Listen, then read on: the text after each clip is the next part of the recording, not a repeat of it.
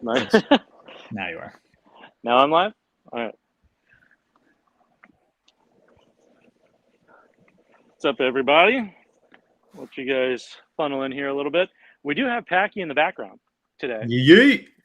We figured out how to make that work. So he's going to be asking me questions as I'm throwing shots. So we have a question already? Wow. No, That's this one just says, I can't wait for the shark to show us some moves. Oh, I don't have any moves. Sorry.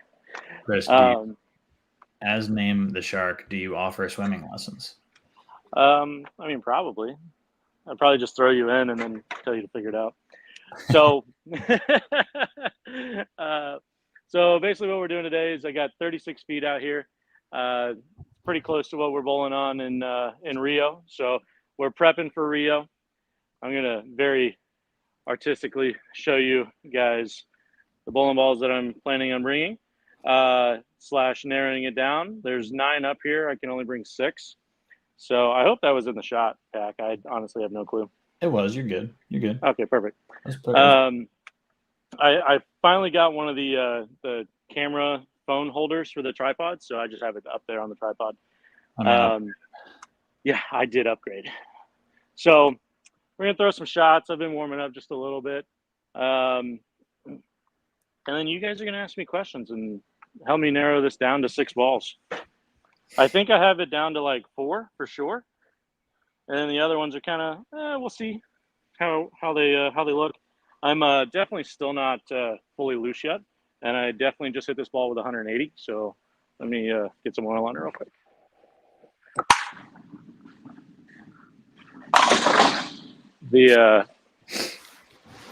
I know, good shot, right?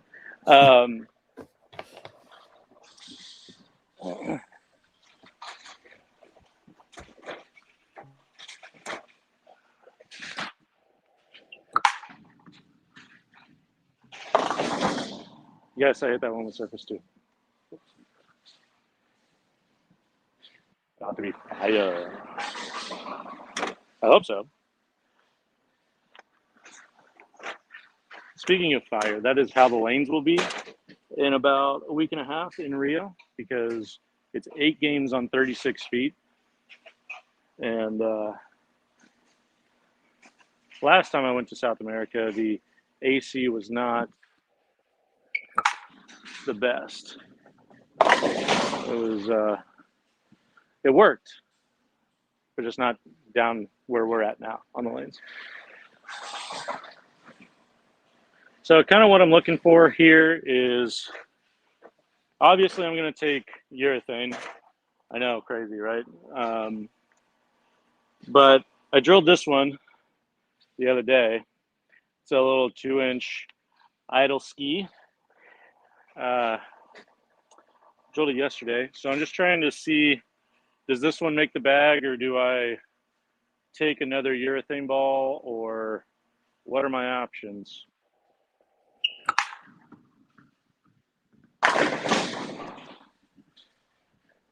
We got a question from William. What and where are you going to Brazil for? So I'm going to Rio de Janeiro to represent Team USA in the Champion of Champions tournament for the, I believe it's Tournament of America. So it's all the countries in South America and Canada, USA, and pretty much everything in between go to compete. And it's a qualification tournament for, I believe it's Pan Am, or it's another qualification tournament for something else. Only two people go. So it's myself and AJ Johnson. And on the girls' side, it's Bree Cote and Shannon O'Keefe. So it's a pretty important tournament. I'm honestly a bit surprised that I am getting to go. Obviously very, very excited, but there are some other guys that I thought were going to go instead of me.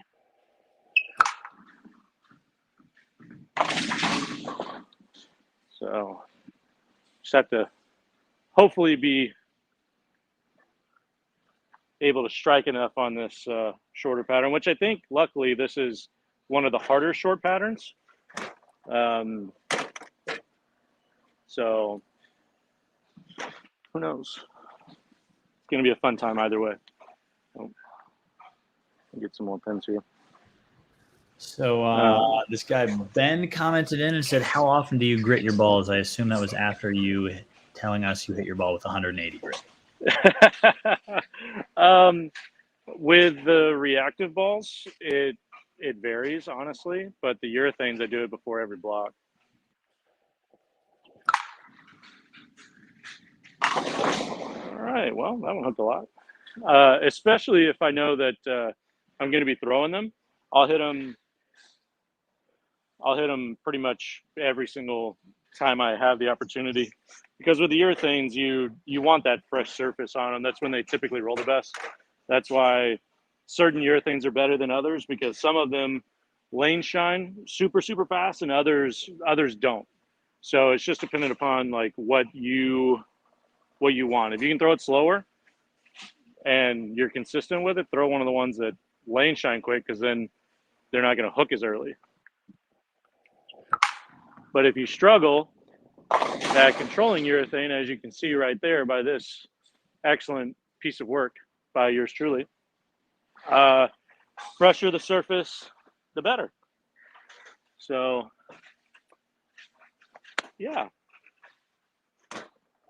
Maybe the 180 wasn't necessary. And no, I didn't lean on it, guys. I just kind of brushed it. You just want some teeth under there. Make sure that thing hooks. How did your trios event go in Florida? Steven is wondering. The trios event was awesome. Fourth. It ran super smooth. I was a little nervous having 24 teams. The last time I had 24 teams, we ended up having to ask 2 teams to back out because we had a gearbox malfunction. And by malfunction, I mean completely stopped working. So this year ran super, super smooth. And we actually had new champions this year. Well, sort of. One of the guys, Mike Rashall, had won it last year, I think. But he was on a new team this year. So we had Caitlin Johnson, Mike Rashall, and Charles Noble were this year's champions.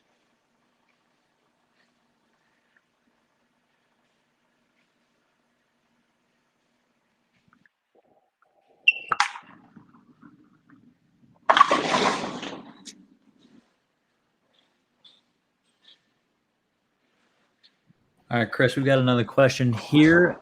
I was deciding to buy a new bowling ball, but my options were the Trend 2 or the Reality. Which ball do you personally think I should go for? Well, having never seen you bowl, and assuming that you primarily bowl on house patterns, I would say probably the Reality. And I only say that because if you do decide to bowl on sport patterns, you have a strong asymmetric bowling ball that is going to be able to be used in both situations, right? Whereas the Trend 2, a little bit cleaner, a little bit more of that skid flip motion that everybody loves. So on sport patterns, that's typically not useful until later in the day, right? So if you want something that you can use on both right away, I would go Reality. If you're looking for something that is good on house patterns and good later on on like sport patterns or more challenge patterns, I would go with the Trend 2. It just kind of depends on what you're missing or what you're looking for.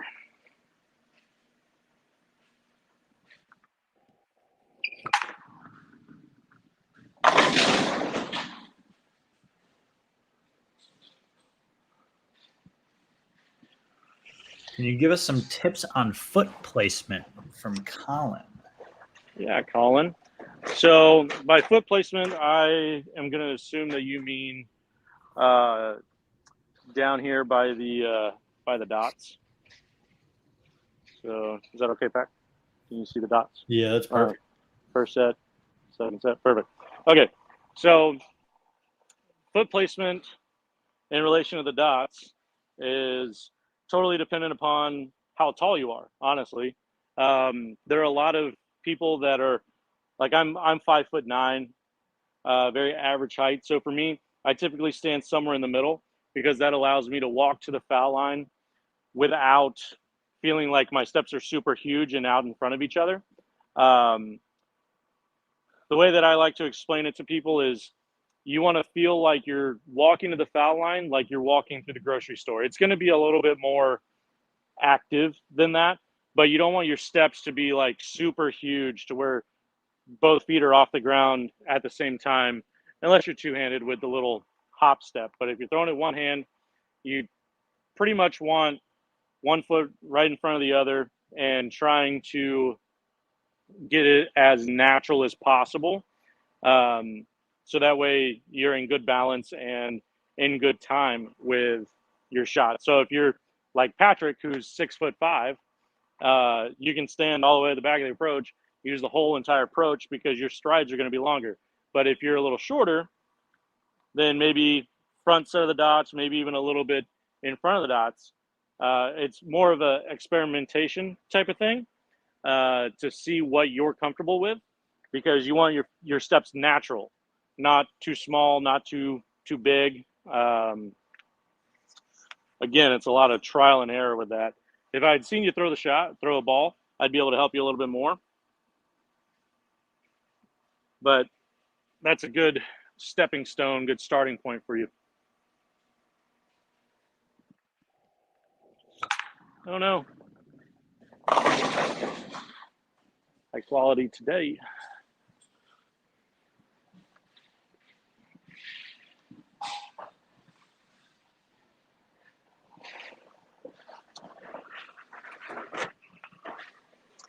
I'm actually surprised at how much this hooked.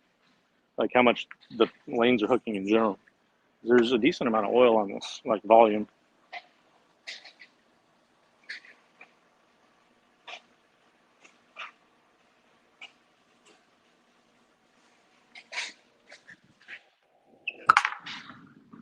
Nope.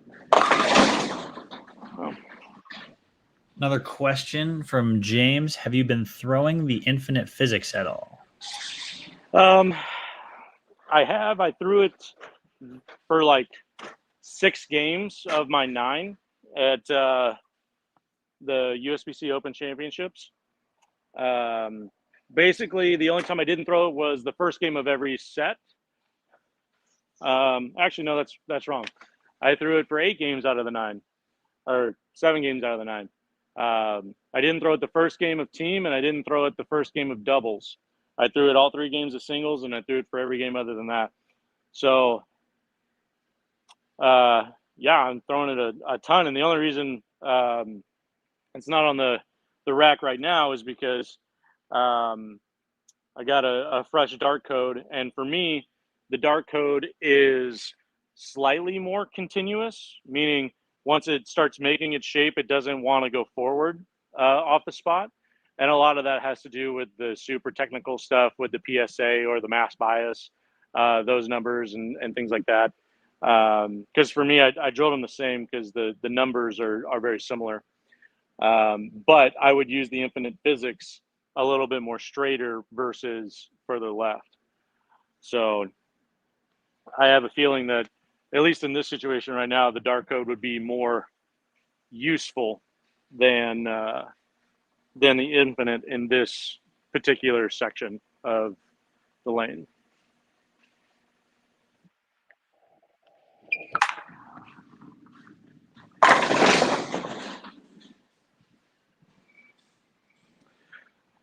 And pretty much right now, I'm just trying to get oil down lane so we can actually throw some of these reactive balls. We have Chris Webb with a $10 tip. Thank you for the donation. And he said, a tip for all the tips on the last video. It was awesome. And he's glad to catch this one live. Well, thank you very, very much for joining us. And thank you so much for the tip. Yeah, Pac, why don't, if you have the option, can you go back to see like some of the old comments that, because I talked about answering some of those. So why don't we, if you can, why don't we answer a little bit of those now? I possible. can definitely reach back in there and find them out for you. Yeah, just throw them at me as we're going through this.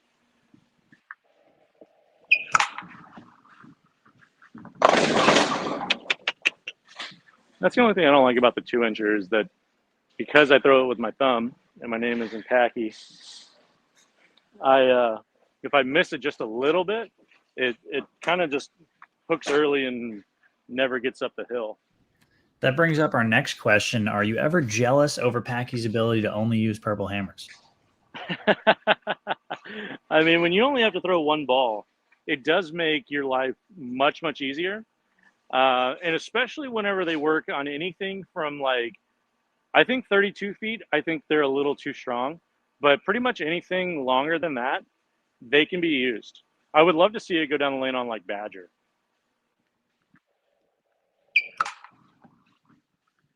Yeah.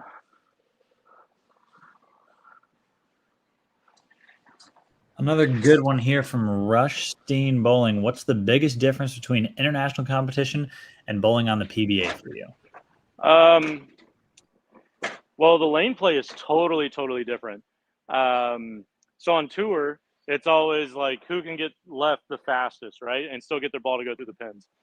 Whereas international competition, from what I've seen, is typically you're trying to play straighter longer because there's not as much rev rate. There's more, I know it's going to be crazy when I say this, there's so much urethane. Like at least on tour, like the guys that are throwing left-handed or that are throwing urethane the most are left-handed for like entire blocks, right?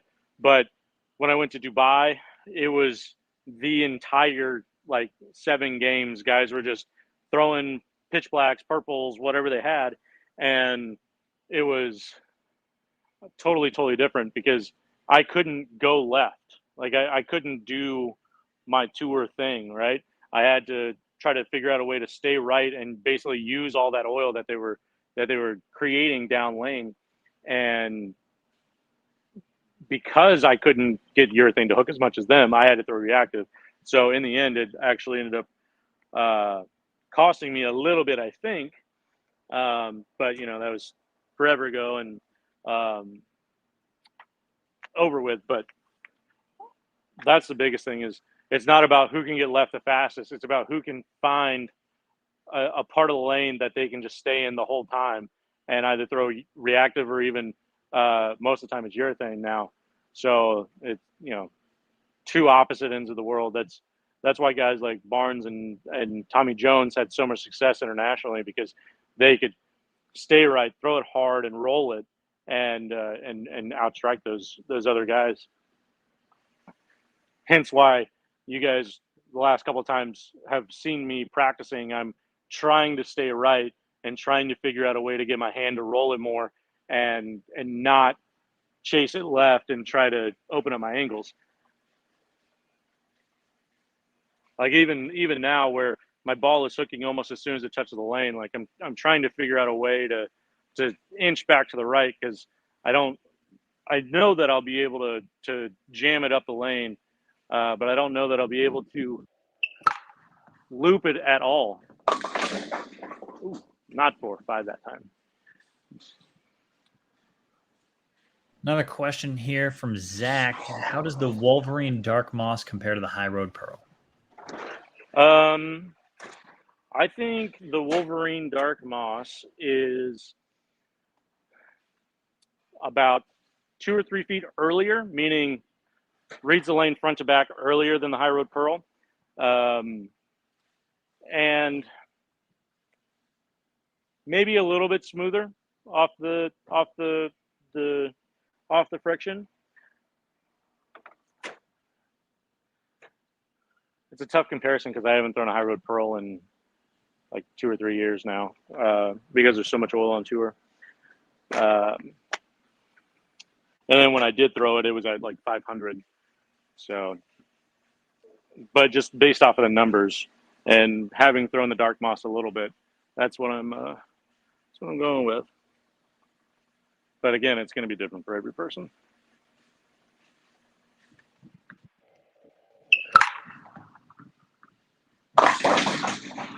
fan. All right, Joe here says he has an issue hitting up on the ball at release, causing some loft and bouncing sometimes on the lane. How can I get the ball into the lane faster? Is it a timing or a release issue? It could be a little bit of both.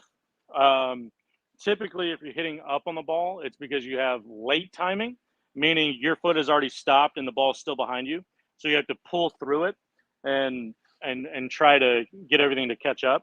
So instead of getting to the release and everything being in time and you having good leverage on the ball going out onto the lane, it's you're here and then you pull through so everything goes up into the air, right?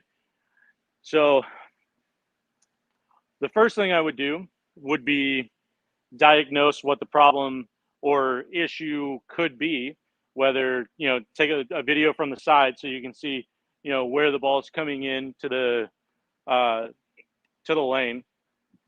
You can do that on the far side of the approach. Just make sure it's where your bowling arm is towards the camera. And then you can slow it down and see, okay, do I have late timing? Do I have early timing? Is my timing okay? And then you can also diagnose it from that video. Like, okay, am I just muscling through it? All these different possibilities. And then from there, if it's late timing, what I want you to do is, I don't know if you can see my feet. Just try to get the ball into the swing earlier, right? That it's an old school, method, old, quotes around old school where you want your right foot connected to the ball, right? Where if you're a 5-step, you want one and then everything move at the same time, right? So you can work on that. And then if it's not a timing issue, the best way to try to get the ball into the lane instead of up into the air would be focusing on actually bringing your eyes closer. This is what works for me, right? I bring my eyes closer to me and I feel like I'm almost trying to get the ball to just roll onto the lane. Like I throw a shot like almost at 30 or 40% where I just walk up and I just try to roll it onto the lane super smooth, right? Not trying to do too much, just trying to get it to roll and getting that feeling of just letting the ball go. Because obviously it was at, the speed isn't working, but it was at like 10 or 12 miles an hour, but at a higher speed, your rev rate's naturally going to go up. You don't have to try to make the ball hook. And when someone's hitting up on the ball, that's typically what they're trying to do is they're trying to make the ball hook. And with how much all these reactive balls hook nowadays, you just don't have to try to help it. You just get that thing rolling onto the lane and it's going to hook plenty fine. If your rev rate's at 500, without you trying to, or with you trying to help it, it honestly might go up higher because it's coming off your hand cleaner. So that's the biggest thing that I see is people just try to make the ball hook too much and it creates inconsistencies and they start hitting up on it. So I would start with the timing and then go into focusing on how you actually release the ball. I don't think that one's, I'm surprised at how much that one hooks. That's a UC3 with that like super funky layout. And I'm just really surprised at how much it hooks. Like, I mean, everything is hooking right now, but a couple more.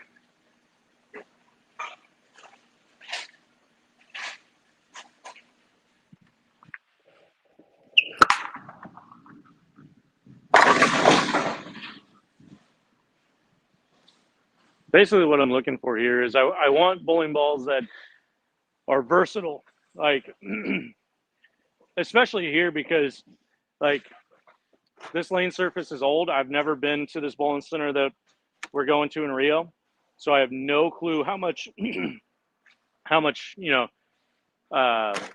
bowling actually gets done on them. But from what I've heard is they hook a ton, so there's just a ton of just built-in friction. So I want bowling balls that will allow me to stay right and kind of roll it like we're talking about and kind of jam it up the lane. But I also want bowling balls that are versatile enough that if I need to move left, which is very, very likely because it's 8 games, and I can't imagine there's going to be only 2 people to a pair. I got to think it's probably going to be 4, right, at minimum. So I just want balls that are going to be versatile. And as of right now, this one seems, the Rubicon UC3 seems okay, but only once I move left. So it's a maybe, but I think I like this 2-incher more. And that's basically like I have a couple balls up here that are like I would use them at the same time. But I want, how do I want to word this? I don't want them to split. Like I feel like right now the UC3 is, my miss is either going to be 6 through the middle or 6 the other way. So I'm trying to find out, like, okay, do I hit it with more surface and get it to slow down, or do I just throw this 2-incher that I know is going to be smooth, and then hopefully my hand is good enough at the bottom to where it's not going to get 6 through the middle.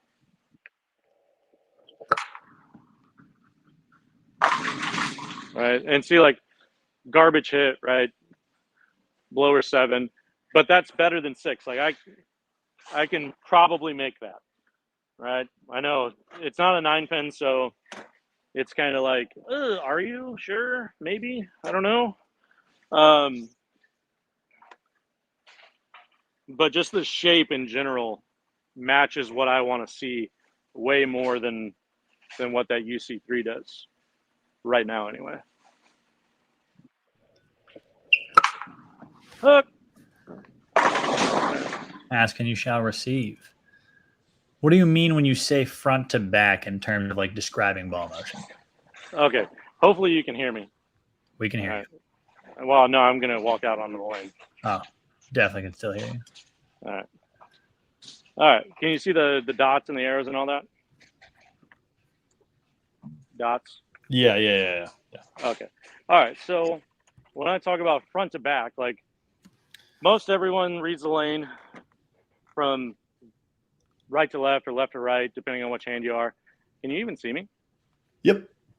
Okay. I can't see me on the screen, so that's what I was asking. So on a typical house pattern, you know, if you ask your typical house bowler, down here at the end of the pattern, they're going to say, oh, yeah, I'm trying to get my ball to 8 down lane at 40 feet, right? Well, from 40 feet away, target is super, super small, right? So if you look at the shape of the pattern, or at least on a typical house pattern, where there's already friction built into the pattern to make your ball hook, you want your ball to actually start reading the lane before the end of the pattern, which is the basis. It's how you first learn how to read a lane front to back, because the lane is 60 feet long, right? 59 and a half to the head pin, or 59 to the head pin, whatever the heck it is, numbers. So, but it's only 3 feet wide, 3.5 feet wide, whatever. So there's a lot more miss room lengthways front to back than there is left to right. If we say I'm trying to get my ball to 8 down lane, but you hit 7, you technically missed.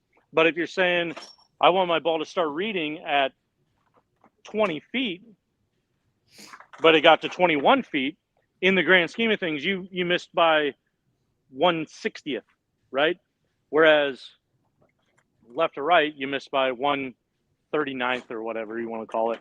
So I learned by hitting my ball with a bunch of surface and then putting a piece of tape on my axis and just experimenting with different types of surfaces and surface adjustments and lane play and everything like that. Let me see if I got a piece of tape. I'll show you guys kind of what I'm talking about.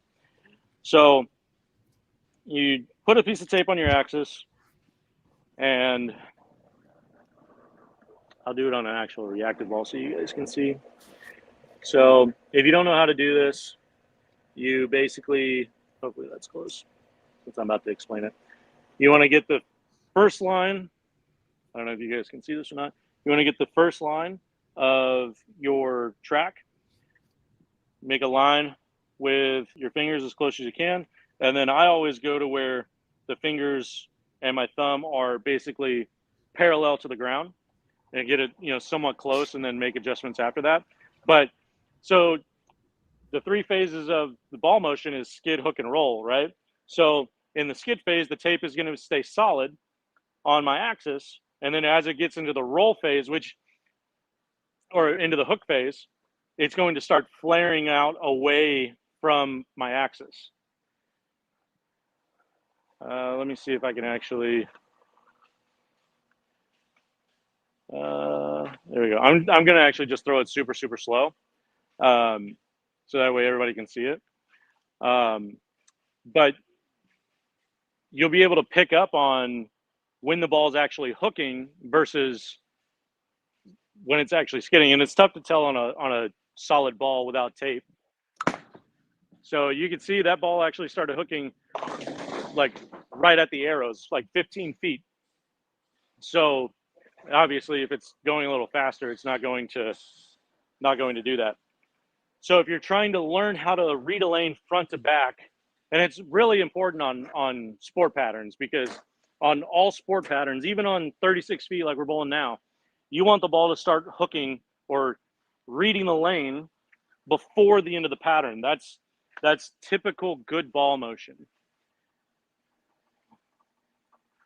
And on house patterns, even if you don't think your ball is hooking before the end of the pattern, you think it's hooking at 45 feet, 1,000% guarantee, unless you're throwing a plastic ball, your ball, even if you are throwing a plastic ball on your first shot, the ball is hooking before the end of the pattern. When it's not hooking before the end of the pattern, that's when you get big 4, 2, 8, 10, all that good stuff.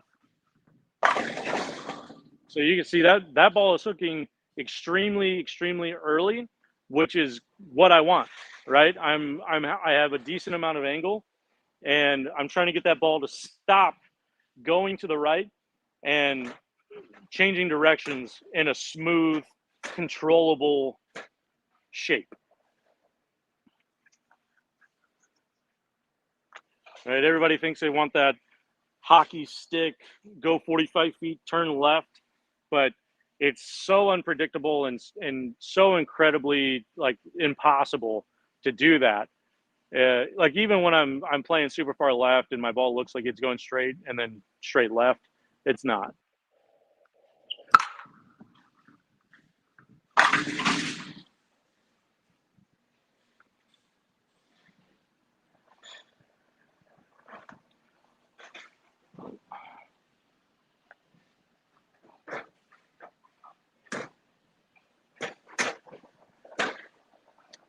I'm actually going to throw this one, and then I'm going to throw my pitch black and then put a piece of tape on that, so that way you guys can see the difference.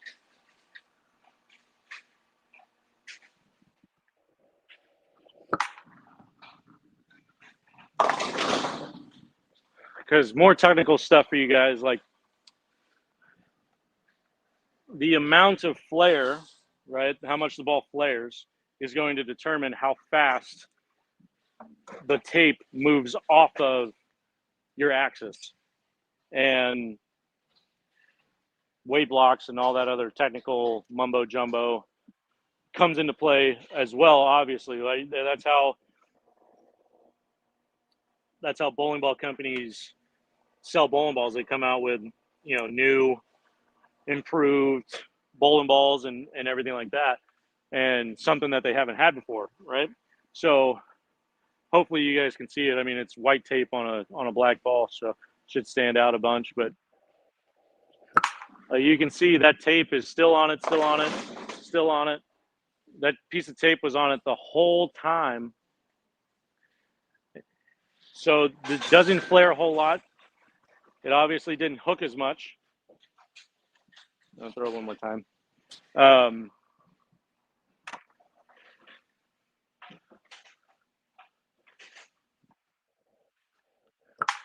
right? Still on it, still on it, still on it, still on it. The whole way through that shot, the tape never really moves off of the axis.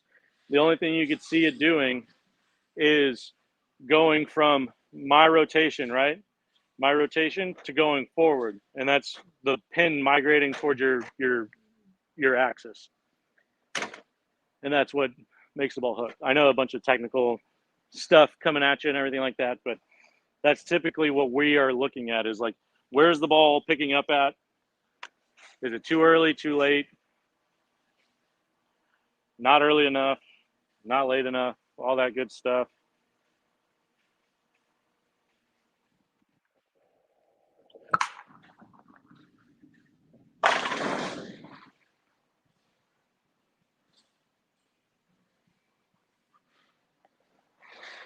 You got any others, Pack?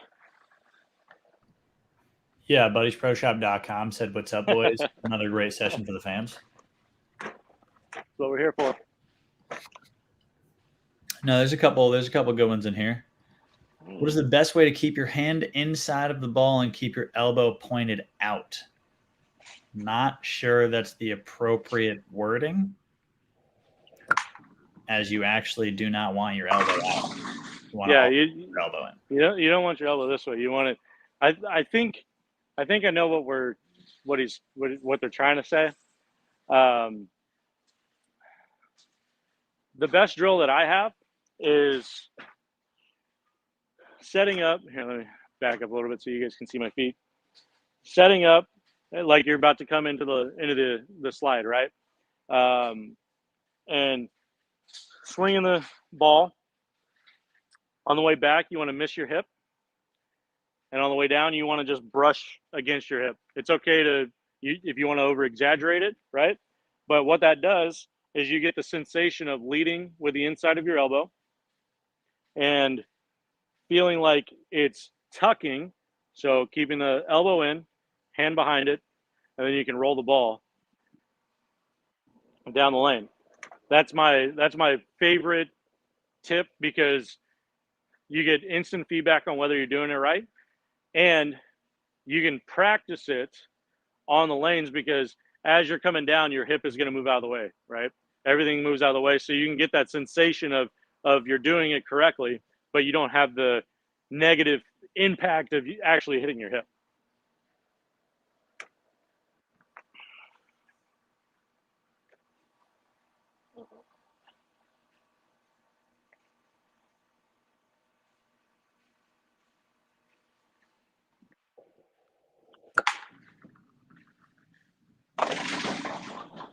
Strike.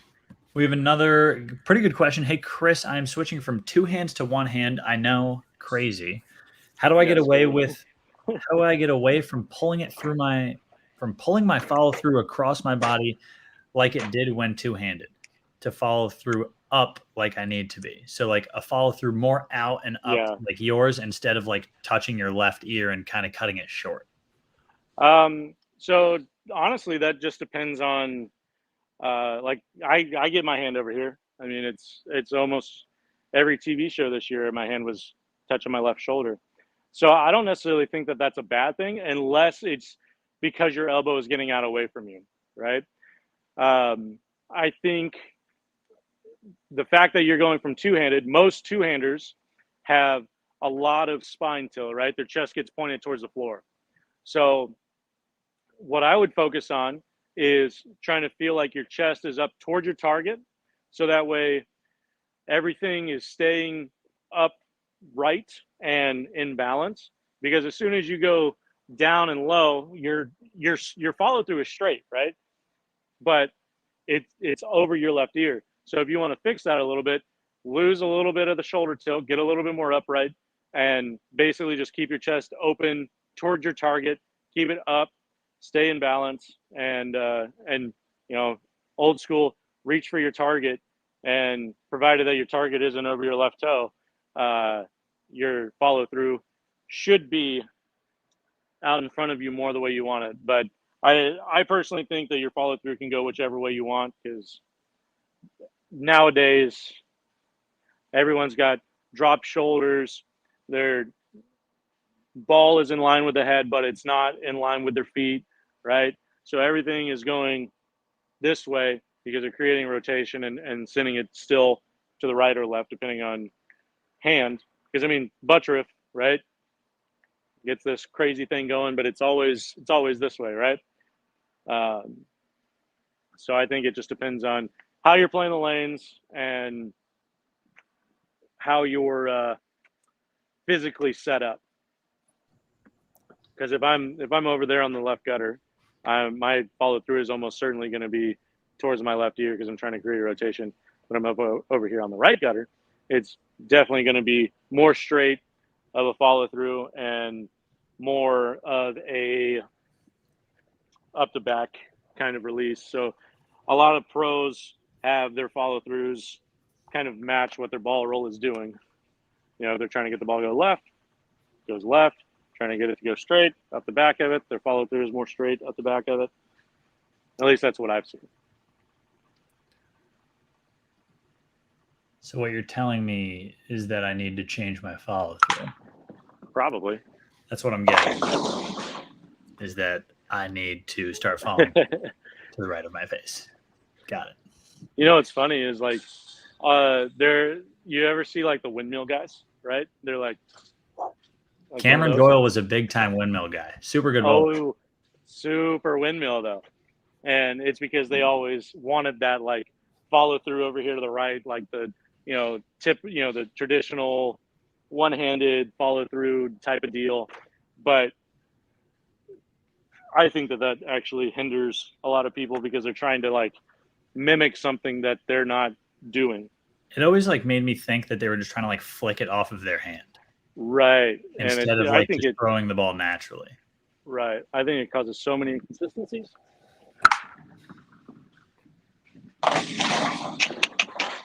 Mason says, I love this channel, and guess what? We love you. Thanks, Mason. Pretty good one here. Can you talk about how to manage your speed up, slow down? Do you step forward or raise the ball? I know everybody does it a little bit differently, but Marcus asked this question to us. I do a combination of both. If I want to throw it slower, I'll move up on the approach and I'll drop the ball down. Only to a certain point, though, because if I drop it too low, then I lose all push away, and then I have a very muscled swing, which is counteractive or counterintuitive to what you're trying to do, right? And then if I'm trying to throw it hard, I back up on the approach quite a lot, and I'll start out with like a normal setup. But if I need to throw it like the 22, 23 mile an hour, like really heaters, then I'll start raising the ball up a little bit more. But when I get into that type of speed, it typically gets a little inconsistent, I guess, with direction. That one was a good one. This one is clearly from a fisherman himself, Jake. Do you still make time to go fishing while you're on tour or you're traveling? Well, Jake, a fish in his picture. Looks like he's holding about a 6 or 7 pound bass, maybe a little bit bigger. It's hard to tell on my phone. It also looks like he was flipping some reeds. I know you guys just got a super close up of my face. You're welcome. Jesus. I had to check out the fish. No, I haven't been fishing too much. I actually started playing golf because everyone else on tour plays golf, and it's tough to carry around enough fishing rods and tackle for your friends to go with you whenever they don't really fish that much. So if I'm feeling introverted, then I'll go by myself. But I actually haven't been fishing too much this year, and it's making me sad. But I think I'm planning a trip in October to go down to like Tennessee or Alabama to go crappie fishing. Nope. Not that one.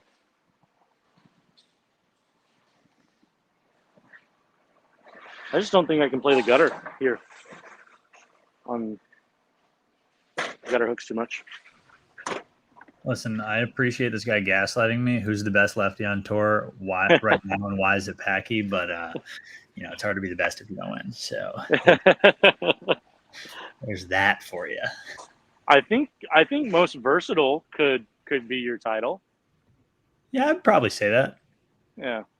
Least accomplished. Also could say that. Oh, that's a good one. Most tricks, least wins. Yeah, that's probably why you haven't won. I got now. You're getting closer though. It's purple or die, right? Purple or die. Yeah. Speaking of which, we came out with a new shirt. I wish I could pull it up. I'm just not nearly tech savvy enough, but it is based off of our love, and by our love, I mean my love for purple hammers. I love it. You guys need to go check that out. Housebowling.com. You came out with some new merch too. I did, yeah. Got a new little explosion. Cool dudes don't look at explosions or something like that. I love that. Look. No, not that one. Little firm. So just getting into bowling again, is it better to start right and move left when lining up to learn a lane, or to start left and move right? So I assume this goes into the first 10 minutes of practice before league or a tournament. Yeah, I always start right and then move left. Mainly because if you don't know what you're bowling on, you're not sure how much they hook, and you just pull out your benchmark ball, it's probably got a solid cover stock on it, right? This also goes into reading a lane front to back and understanding how oil moves and how friction is created and everything like that. So every time you throw a bowling ball, right, there's oil that comes off the lane and onto your ball. So now where there once was oil is now less oil or straight lane, so friction, which makes your ball hook. So if you start left and then go right, if you think of a house pattern where there's a bunch of oil in the middle and then there's a bunch of friction out to the ends, right? It makes your ball hook. That's what you want. You want oil left, because if you miss left, you want the ball to sit there. And you want friction right, so if you miss right, the ball hooks. So if you're not sure what you're bowling on, always start right with a ball with a solid cover stock, because then you can determine how much the ball hooks, how long the pattern is as well, because if it hooks immediately, right, the pattern is short. And if it doesn't ever hook, the pattern's long. And worst case scenario is now there's a little bit of friction out there to the right. So if you move left of it and miss right, the opportunity for it to hook and give you a little bit of miss room is higher, unless if you started right. Whereas if you started left, you're only creating friction to the left, which means you are eliminating one of your possible misses, right? So this is where visualization comes into play. This is where knowing how oil moves and knowing how you personally affect the lane is going to come into play. Good question, though. An interesting question coming up here when you after you strike here.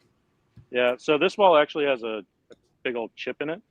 I don't know if you guys can see that. Oh, there we go. How to drill a new one. Well, I don't know if you can tell, but my track is right here. Does it come? I don't know. I'm about to throw it. So I have another one with scribe marks on it ready. So is that we're yeah, it's a dark code. Dark? So it's the daddy ball from this year.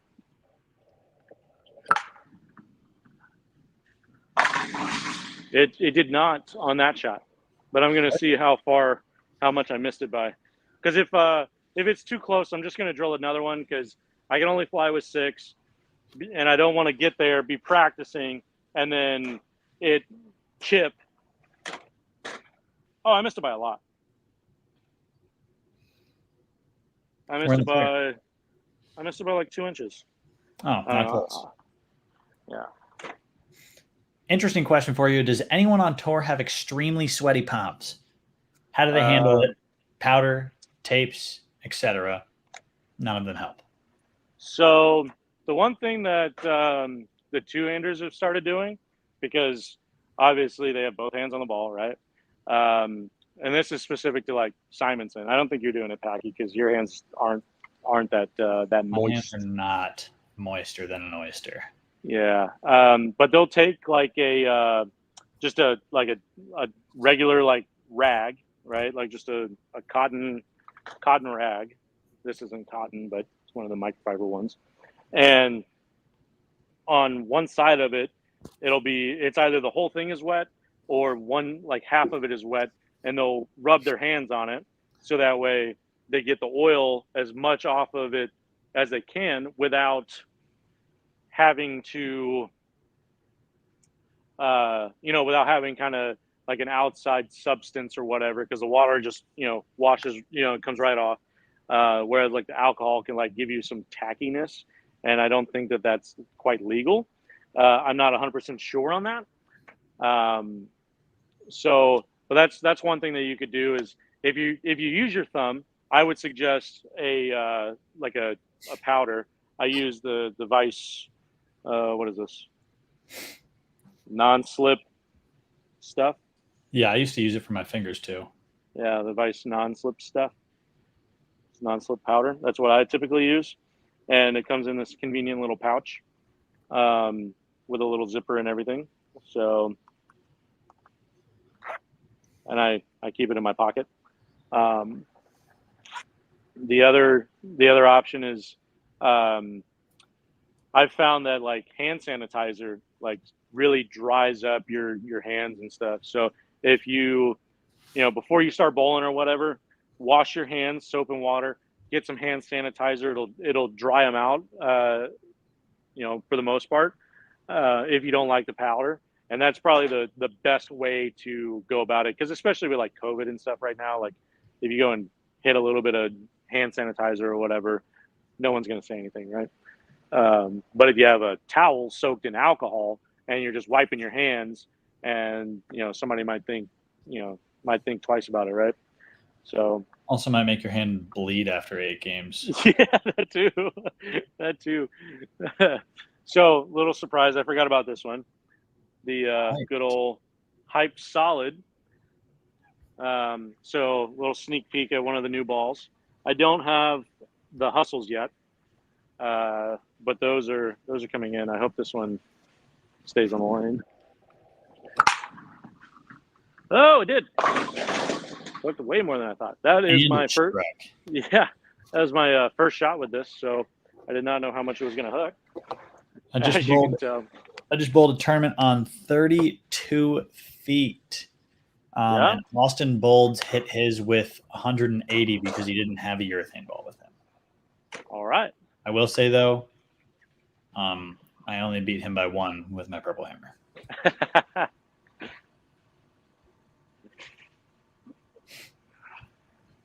Yeah, this would basically be like if like nothing else looks good.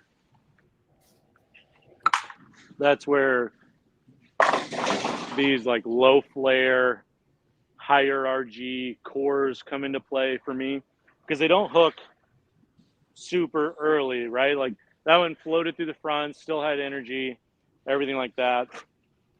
And where like maybe an IQ Tour is just a little too slow, a little too smooth, that's typically where like these come into play. You guys don't really see me throw them too much, because on tour we're never playing over here, but internationally, where you need to be able to stay right where all the urethane is and stay on top of it, sometimes these low flare cores help out.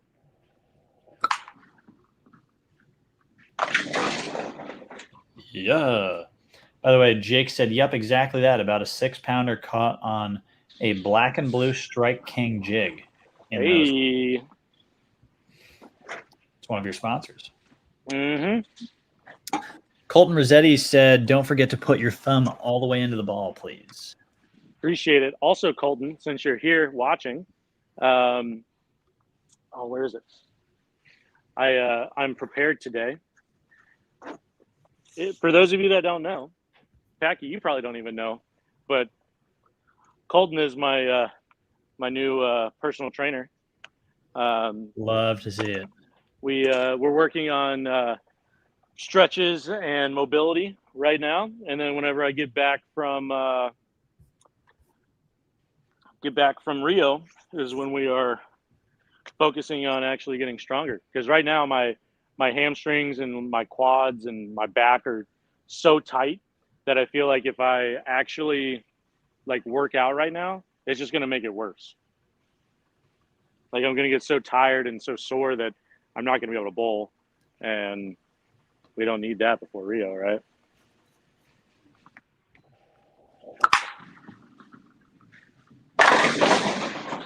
Man, The ball actually doesn't look bad. I know. I mean, I did drill it stronger so that way it would have a shot at, making the bag. Right. But I just, having not really thrown a ton of these low flare cores, like hard to just say like, yeah, I'm not going to take a phase 2 that I throw all the time, and I'm going to take this hype solid that is only good in this situation, right? Black Jack asked, did you ever work at Haynes Pro Shop in Las Vegas? I did, yeah. For about, I don't know, 7-8 months maybe. I only lived in Vegas for like 9 months. So, but while I was there, I did work for Haynes, and great group of people. They do a great job. I still have a couple of the Haynes Bowling Supply shirts.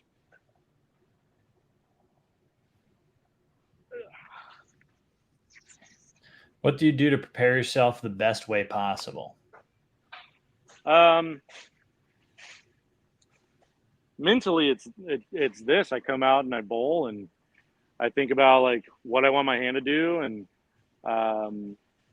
just get really in tune with my body, and being able to feel what's going on. Like that one was not good. After seeing that, Buddy's Pro Shop said your upper body's much quieter today. Yes. That is what I'm working on. And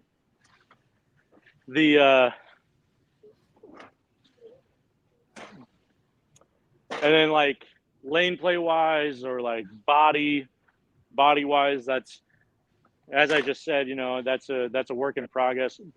We are implementing some different types of stretches, because like I typically always stretch before I bowl, but for me personally, because of like injuries in the past and things like that, I wasn't doing not necessarily the right stretches, but I wasn't doing enough of the right stretches to actually allow my body to be, at its most comfortable and relaxed, to where I'm not jeopardizing myself for injury. Hook. Oh no, that would have been sick. That would have been sick. Okay, that was an interesting question I did not read. Did you drop it? How can I practice higher speed on the ball while still maintaining a good rev rate? That's a tough one.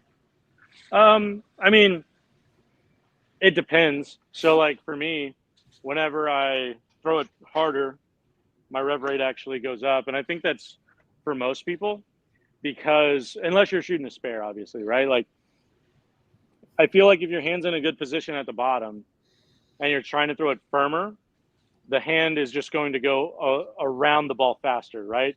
You're going to get that like yo-yo action, whatever you want to call it, where the thumb and the fingers come out faster because the ball is coming off your hand faster, right? You're generating more speed. So if I walk up here real slow and just roll it onto the lane, right? That's like a 200 rev rate. But because it's going so slow, it has time to hook. And if I come up here and I'm like, okay, I want to throw it hard up the lane and try to increased ball speed, right? Like, obviously those are clutch. Obviously those are two like super wide varying examples, but that's to show like the difference, right? So I think as long as you focus on keeping your hand underneath it while also throwing it firm, throwing it at a higher ball speed, then your rev rate is going to at least stay where it is, right? I think most people, whenever they're trying to throw it firmer, they determine that their rev rate is going down because the ball is hooking less, right? But instead, what's actually happening is the ball is hooking less because it's going faster. So also, not having seen you throw a bowling ball, right, it's tough to determine like what is actually happening. But based off of past experience, if you focus on keeping your hand underneath it while throwing it hard or firmer, right, you should be able to keep at least the same type of rev rate, right? If you're at 425, maybe it's 420 or 430, right? Who knows? But that's typically where I look is, are you still keeping your same fundamental physical game whenever you're trying to throw it firmer? Edwin Tan with a, I don't know what donation that is, but it's 10, whatever it is. Oh, I have a problem with my early timing. I tried adjusting hand position higher, adjusting my pace slightly faster. I tried 3 steps and 4 steps approach, but my brain seemed to be hardwired to the bad timing.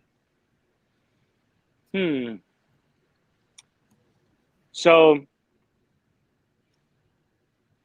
if you have early timing, that means the ball's getting there before your feet, right? So whenever you're going into the approach, the ball's already out in front of you, right? You're already, or when you're going to the slide, sorry, the ball's already out in front of you. That's early timing. If you want to try to get actual good timing or even a little bit later, the first thing would be to try to get the ball into the swing later. It's going to feel super, super weird, right? But what I want you to do is, I'm actually going to move the camera a little bit. I'm going to take an abbreviated approach here so that way you guys can see. Can you see me all right, Pac? Yes, we can. Okay. Pull that so back just for a second. All right, perfect. So early timing is you're coming into slide and the ball's already out in front, right? So in order to combat that, you want to try to get the ball into the swing later so that way your feet can move you naturally and give yourself good timing. So if you're doing 4 steps, right, you want everything connected, right? You want right foot connected, left foot connected.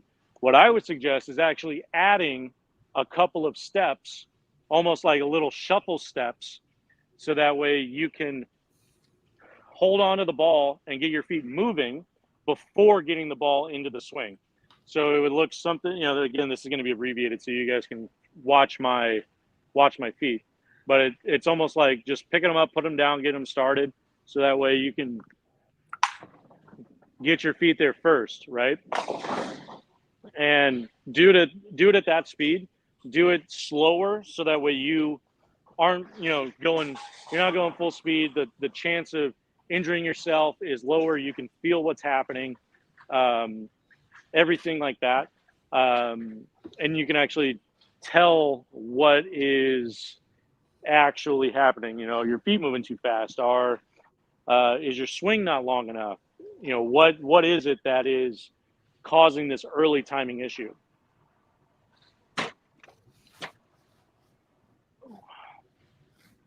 Thank you for the donation again, by the way. You guys really don't have to do that. We are here for you guys, but we certainly do appreciate all of the donations and all of the support.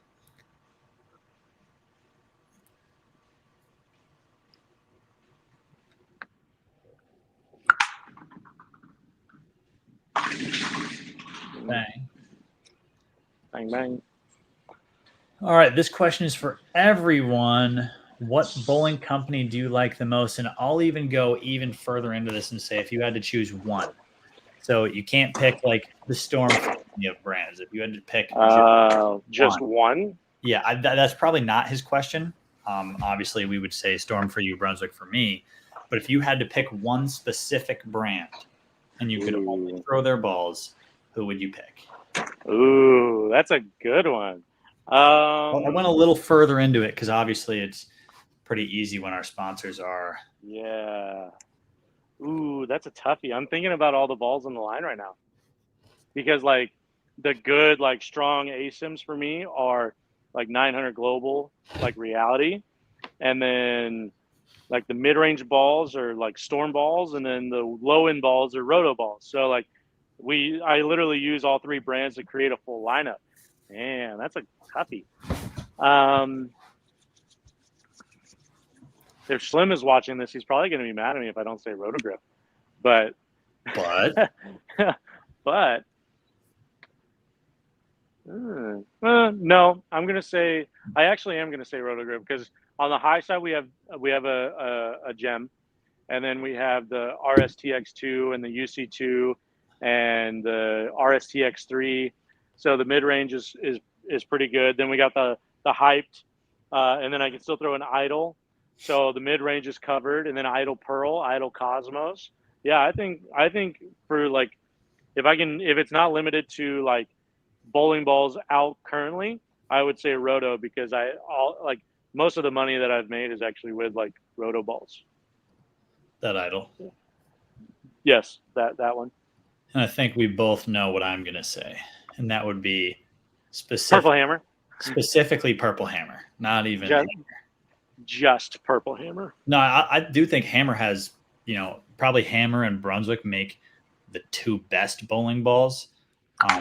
And Deviate, I like to say, is the most risk upon their bowling balls, where they go for something a little different in terms of like shape-wise, color-wise, and things like that. But for me, I need a urethane ball, and unfortunately, Deviate hasn't come out with a urethane ball since the Tactical Control, which is years old at this point. So, Purple Hammer.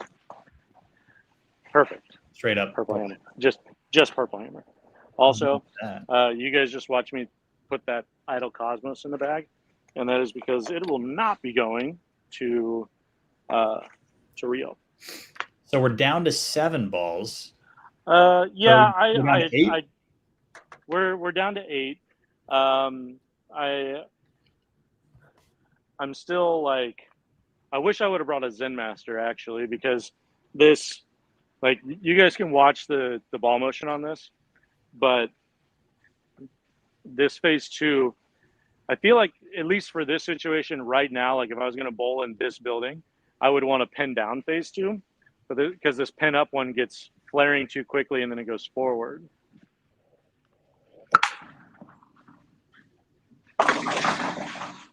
Like, if it was pinned down, that one strikes 100% because it doesn't.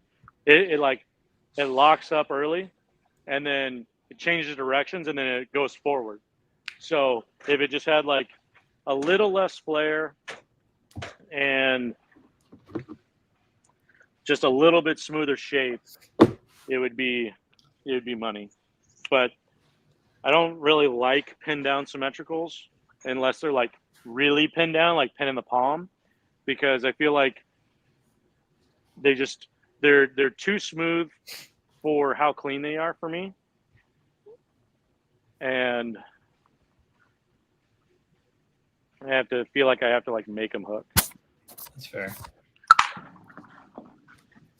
Tink or Tinky, I'm not 100% sure, said, would you dare to play against the Belmo of wheelchair bowling, a.k.a. me? Yeah, I think that would be a fun opportunity. That sounds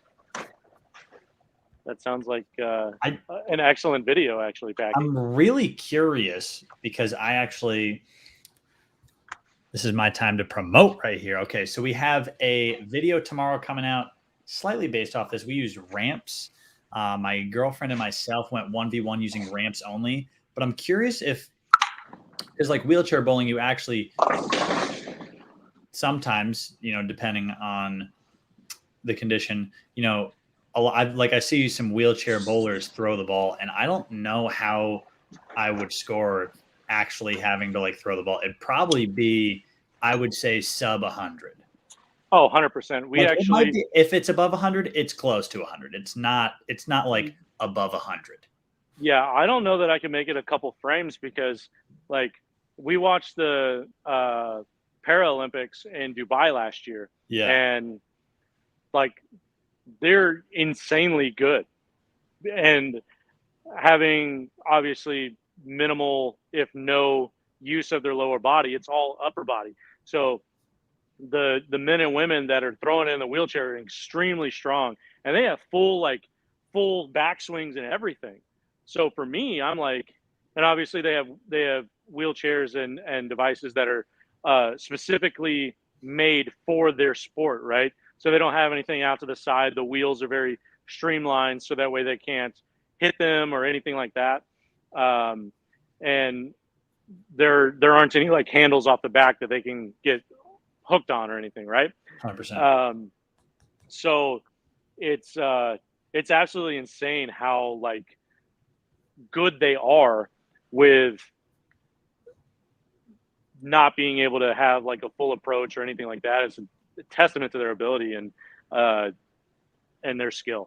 Like if I bowled in a wheelchair, I definitely would not break 100. I don't think. I'm thinking if it's 100, it's like 103. Yeah, no, mine's like 87 because Yeah, I'm not making best. At best. I'm not making a spare unless it's on the left side, and there's no chance I can throw it as hard as they do with just my upper body. It's just simply not strong enough. But if we can get it set up, I'm down to be a part of it and try. That'd be sick. Yeah. So I got a question just for myself. Packy, is that black? I just came out with a video with last week, I believe, or early this week. Is that black raw hammer solid ever ball that's in your bag for a tournament? Yeah, I usually bring that ball as a lower end ball on some house shots, kind of like Kris talks about with this hyped solid. It's one of those lower end balls that's not super shiny and super snappy, low flaring, still makes that smooth shape, but I wouldn't have to hook the whole lane. So on those like drier, easier conditions, it's almost always a ball in my bag. Balls like that, like my counterattack solid would also fit that, that similar price point, similar ball. But they have a spot. It's just only on those like easier conditions or those houses that I know are going to hook a lot. Let's give a shout out to MJL because it's his or her birthday. Woot woot. What up? Happy birthday. Kris, question for you. Have you thrown the Night Road yet? And Packy, have you thrown Evo Hybrid yet? I am so excited about this Night Road because one, it looks awesome. It does. And two, I haven't I've been throwing like regular high roads and like high road maxes and stuff on occasion, but I am just super pumped for like the ball is honestly beautiful. Like I might just order one just to like have it sit on the shelf. I also have not thrown the Evo Hybrid yet.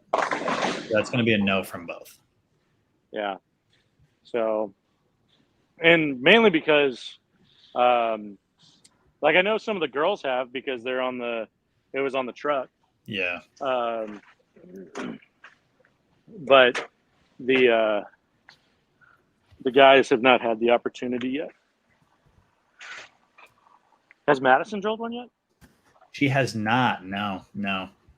She didn't bowl out in Dallas. All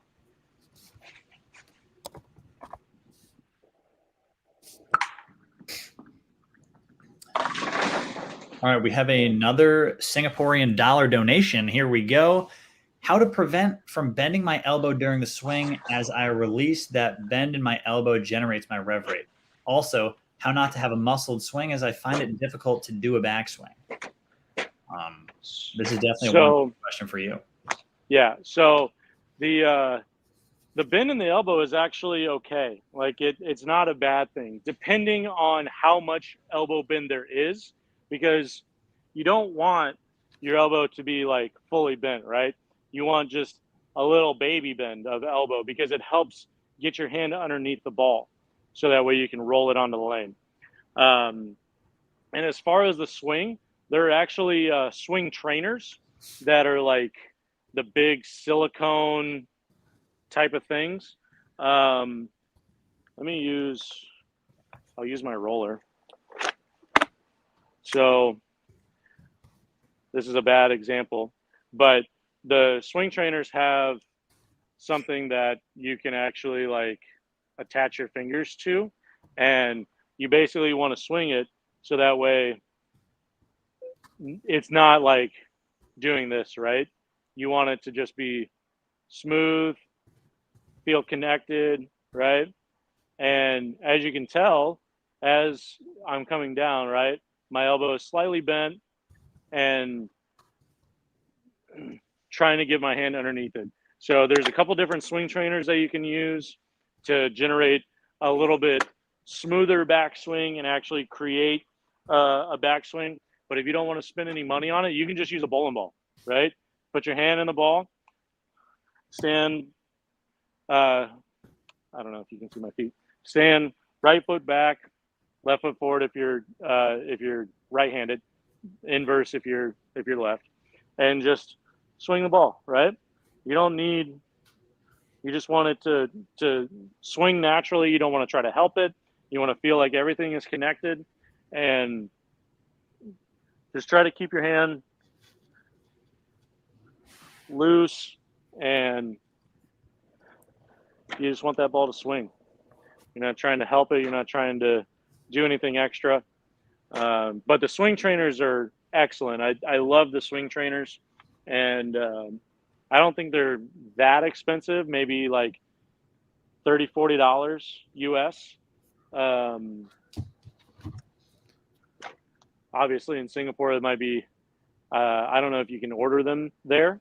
They also might have other tools similar to Right. that. Right. But you're basically looking for a two-finger silicone weight type of thing that you can put your fingers in and swing. And I think it weighs like 6 or 8 pounds. Maybe not even that. Maybe 4. I'm not even sure. But again, we appreciate the donation, Leroy. Thank you. And a very insightful answer. Yeah, trying.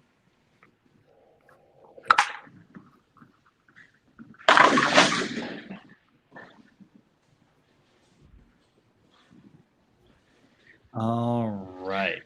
I think we're going to go for like 10 more minutes. All right. Perfect. And one thing I'm actually going to do is I have another lane over here oiled. Robert Presley said he's beaten you back in the day for a 3-game set. Probably. What up, Robert? And he also said, longtime friend of Kris from Pensacola, Florida. Congratulations on your success. Thanks, boss. Sorry I didn't get to see you whenever I was down there last weekend. So we're going to go over to this lane. I have a question kind of for both of us here.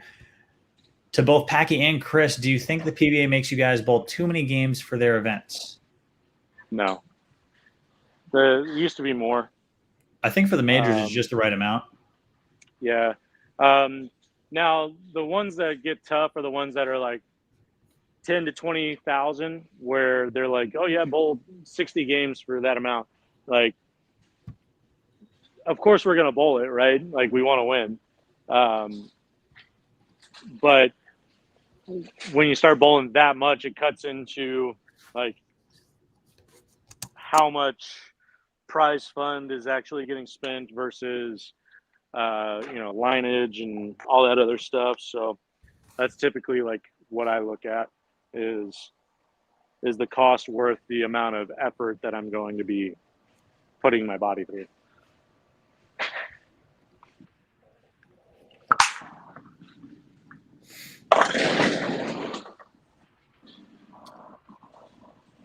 Kashi Ashtari said, "Hi, Kris. Generally, do you prefer pin down or pin up balls?"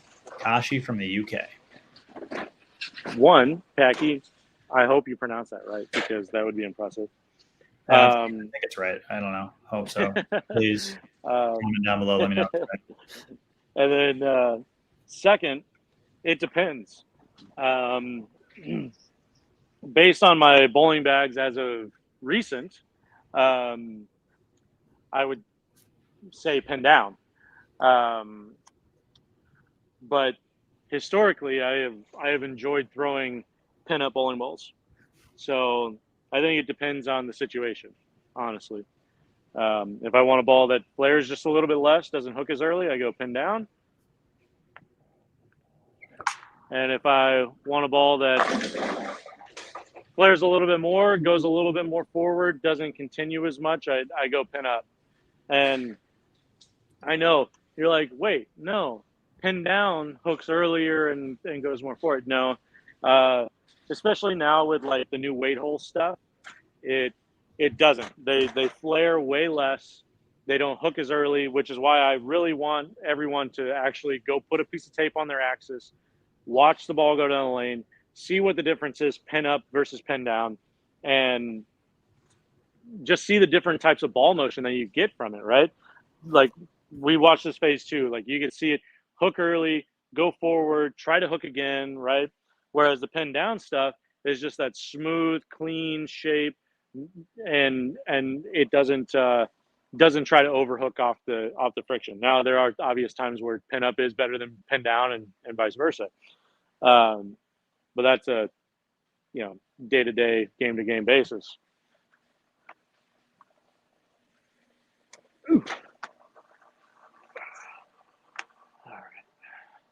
Also, if you guys were here on the very first live video that we did, this pitch black that I'm throwing is the pitch black that I was throwing in that video, the pin down one.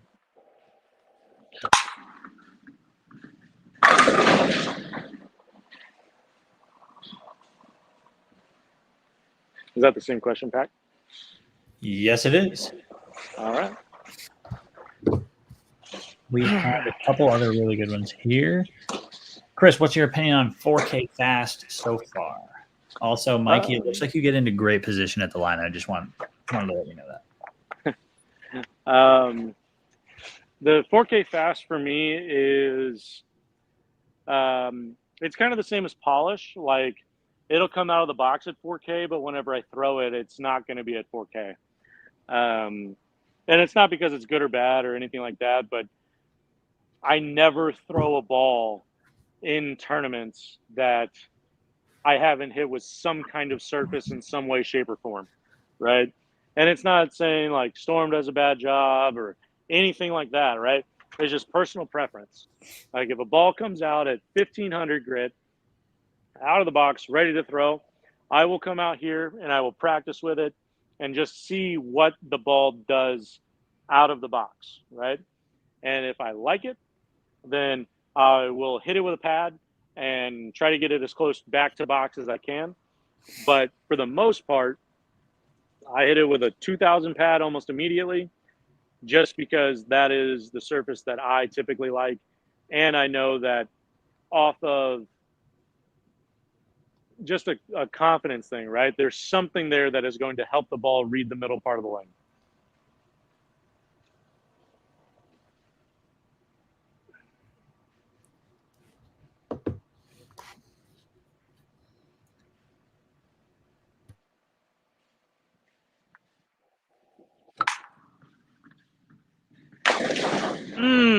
A question here from Brad and Kyle. Uh-oh. Does the 4K fast make your ball go faster down the lane? Because it has fast in the name. I would venture to say absolutely. They wouldn't put fast in the name if it didn't make the ball go faster. It's just logic, right? It's just logic. Just logic. One of the few classes I got an A in.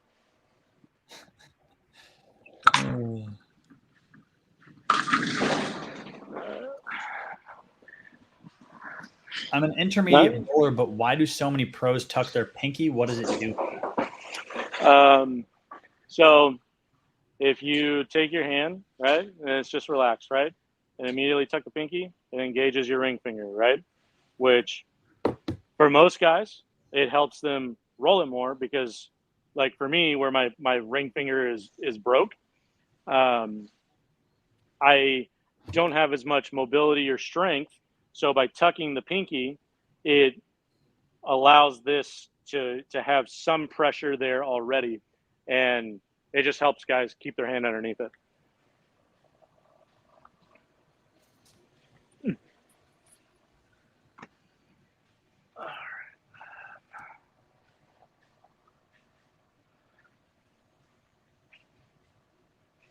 Go a little harder and straighter.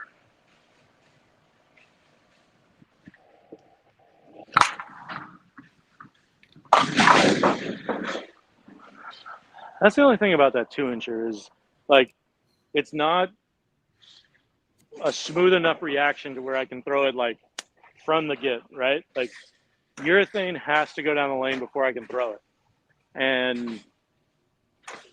But as we saw on the left lane that we've been bowling on for a little while, once I get to a certain point, like let's say 11, 12, 13 at the arrows, it doesn't have a dynamic enough layout to where it still goes through the pins.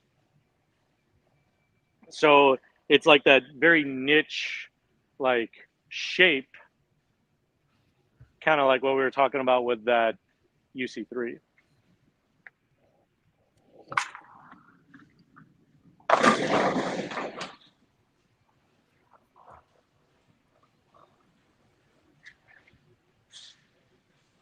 Hey, Packy, as a two-hander, is it common for them to have more forward pitch on the middle finger and reverse on the ring? This is just strictly, this isn't really a two-handed question. I would just say this is a general bowling question. But each person, a ball fits their hand differently because they have different finger flexibility. For one-handers, it's more about the span, and finger flexibility is where the pitches come in for that. But I would say forward pitch as a two-hander is really, really something you might want to steer away from. But maybe being a little less reverse, I could see that. But for the most part, I would stay away from forward pitch as a two-hander. And usually almost all bowlers, it's very hard to have forward pitch. Yeah, I've only ever met like one or two guys that have any kind of forward pitch on in their balls. It's typically guys with a little bit lower rev rate, so they're trying to get a little help, right? But for like actual like forward pitch, like you need super flexible hands, or just like a short hand, like a very small span, so you have trouble like holding onto the ball. But then like if you're two-handed, like you already should have a super high rev rate, right? And all forward does is help you create more rev rate. So guys like Belmo or Simo have a ton of reverse. Like Belmo's like an inch, I think. And I think Kyle's like a half. Simo's probably a half or 5/8 or something like that. Like, so I am 3/4 myself. Like I was told probably, I think it was about, 2 years ago, like just a staple. Obviously you want to stay away from that kind of stuff in pro shops, but like all two-handers pretty much at minimum half reverse. Also, Brad and Kyle chirped in yet again. Tucking your pinky adds 17.3 to 24 degrees of axis rotation. Can we guess who this is? That sounds like Kyle, 100%.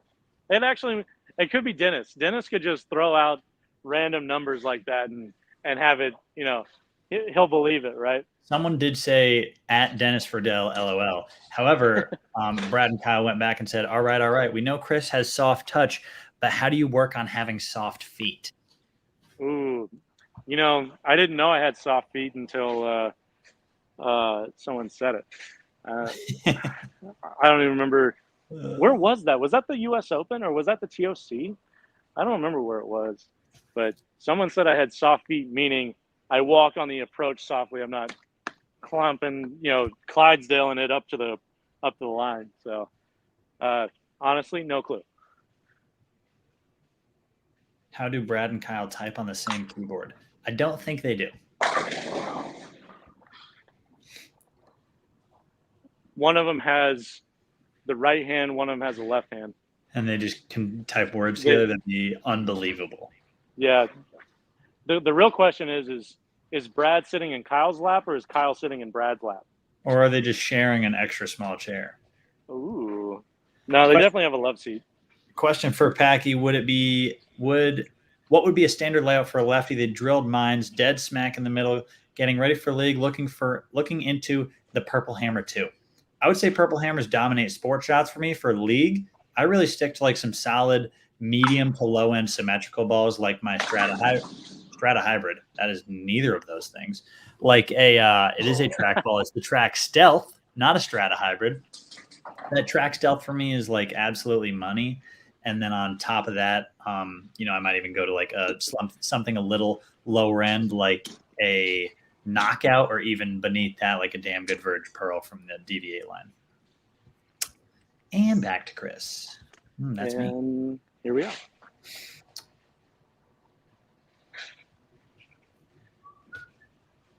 Is Kyle better than Brad two-handed? Why is Kyle better than Brad two-handed? I've never watched Brad throw a ball two-handed. I bowled Brad. One of our first videos and one of our best videos was me versus Brad. I bowled one-handed, he bowled two-handed, and it did not go well for me. Brad shot like 180 though. I was very surprised. Does certain ball color combos make it difficult to see the ball procession go down the lane for you? Solid cover versus multicolor, aka a ball like the Nova. The brighter the colors for me, the more difficulty I have like watching it. Brad and Kyle said Larry Lichstein POC. That's where he That's right. That's right. So Steven Peterson said Brad's in Kyle's lap for sure. And then they said, damn, I'm trying to walk on clouds. Walking on clouds, huh? Good pair of shoes. Okay, give me your hot take. What would you tell someone hitting a pitch black with 240 to throw in a regular league? In a regular league. So like you're hopping on a pair. This guy's hitting his ball with 240 and you see it's a pitch black. What do you say to him? Hey, man, could you not? Like, put that ball back in your bag and take that 240 pad and throw it in the garbage. Well, I think I would let him throw it one time just to see like how he bowls, because if he just kind of rolls it at the head pin, no rev rate, anything like that, like it also depends on how old he is. If he's like 87, gonna let him throw it the entire time, right? Let him do it. But if he's 45 and younger, I'd probably say something in a nice way, depending on how big he is. Because if he's like a monstrosity of a man, I'm gonna let him throw it the entire time because I'm little. And yeah, I mean, I would try to find a nice way to say, like, hey man, what are you doing with that ball? Yeah, I've never seen one like that. Like, what's your thought process behind it? Like, what's going on? And then if he says, oh yeah, I'm looking for all the hook, man. Well, I think you found it, bud. I think you got it. You want 180? I got that. I got 180. We got this comment in here twice real quick. Kris, can you try the old school version of hand position, finishing at the right side of your face? Yeah, I got you. I don't want to mess your game up here before you go to Rio, but just one shot for the boys. Yeah, I got you.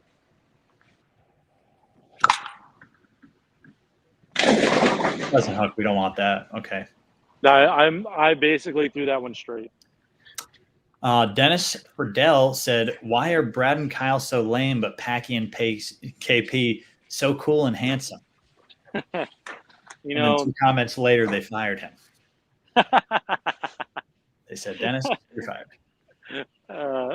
We got some good questions in here now. Dennis Friedel said, what is your go-to Chipotle order? definitely a burrito bowl with brown rice, pinto beans, steak, guac, cheese, light sour cream, and a little lettuce. And then I have my own, not my own, but I have hot sauce here at the house that one of the gentlemen back in Pensacola, he makes it himself, and it's like a sweet heat almost, but he like brines and does everything for the hot sauce all by himself, and he sends me a couple bottles every few months. Also, a friend of mine back from the East Coast, Scott Kampf, asked a slightly funny, smart question. But what if the 240 grit pitch black is pinned down? I kind of like that question, to be honest. Makes all the difference. All of it. It should go further down lane and not hook as quickly. So yeah, exactly. You're getting it. You're understanding. As for my Chipotle order, Dennis, I do both rice, both beans, both meat.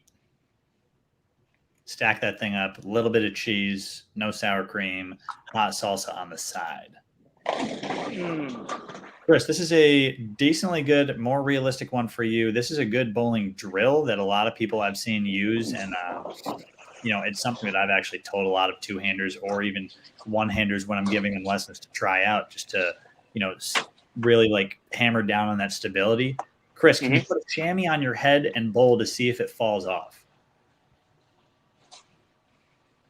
Feels super weird. Yeah. All right. The question is am I trying to throw it hard or what? Whatever you think you can keep it on your head like.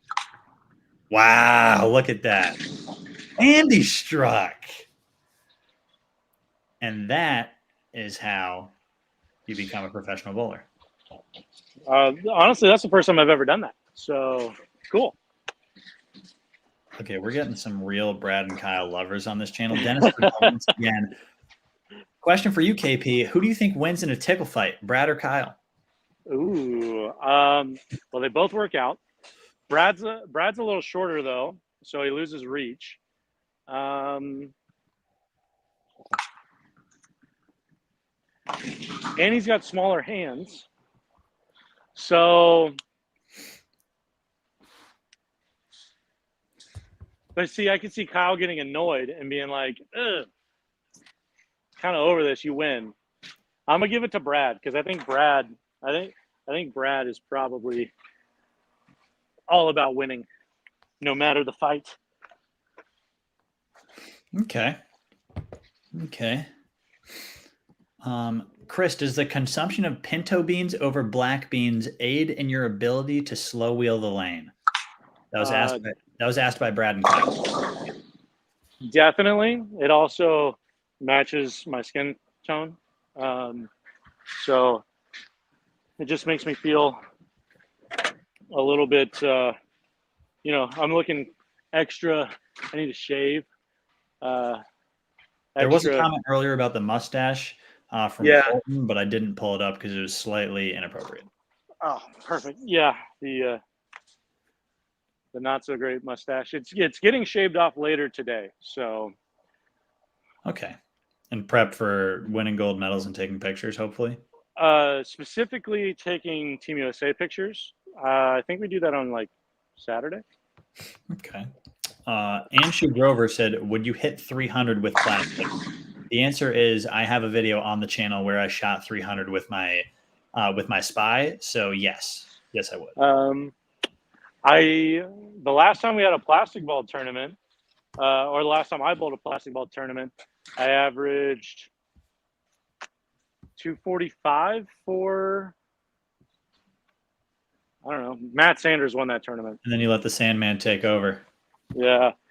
So, which I did have 299 in that one. So close, but not as good as Pac. I needed to take my thumb out to get that extra pin. Agreed. Or just have a plastic ball with a core in it. That also works. Yeah. Andy Pham said, also, Packy, I don't know if you remember, but I bumped into you at Target not too long ago. I actually do remember that because I never get recognized in public ever. So it was actually super cool to just see somebody who was a fan of the channel and just a fan of bowling out like outside of outside of a bowling alley. All right, actual question for the fans who care. What are your favorite 3 balls, KP? And then for the cheaters over at Ebonite International for Packy. First off, I don't like that. Second off, Kris, go ahead. Top 3. Top 3. Dark Code. Reality.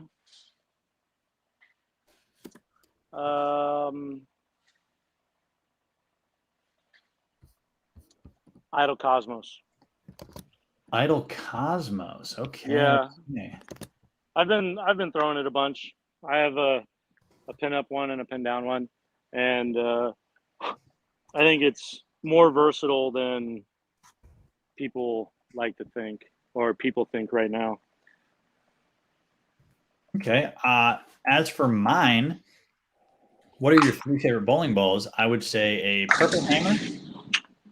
I'm going to surprise people here and say my Deviate Scorcher spare ball, which is just a plastic ball. I need to bring it. Yeah, I need to bring it everywhere I go. So it has to be one of my favorites. It makes a lot of spares for me. And then on top of that, brand new bowling ball, the Track Stealth. That ball just it's one of those balls that's in the middle of the lineup that is literally everywhere. So purple hammer, Track Stealth, plastic ball.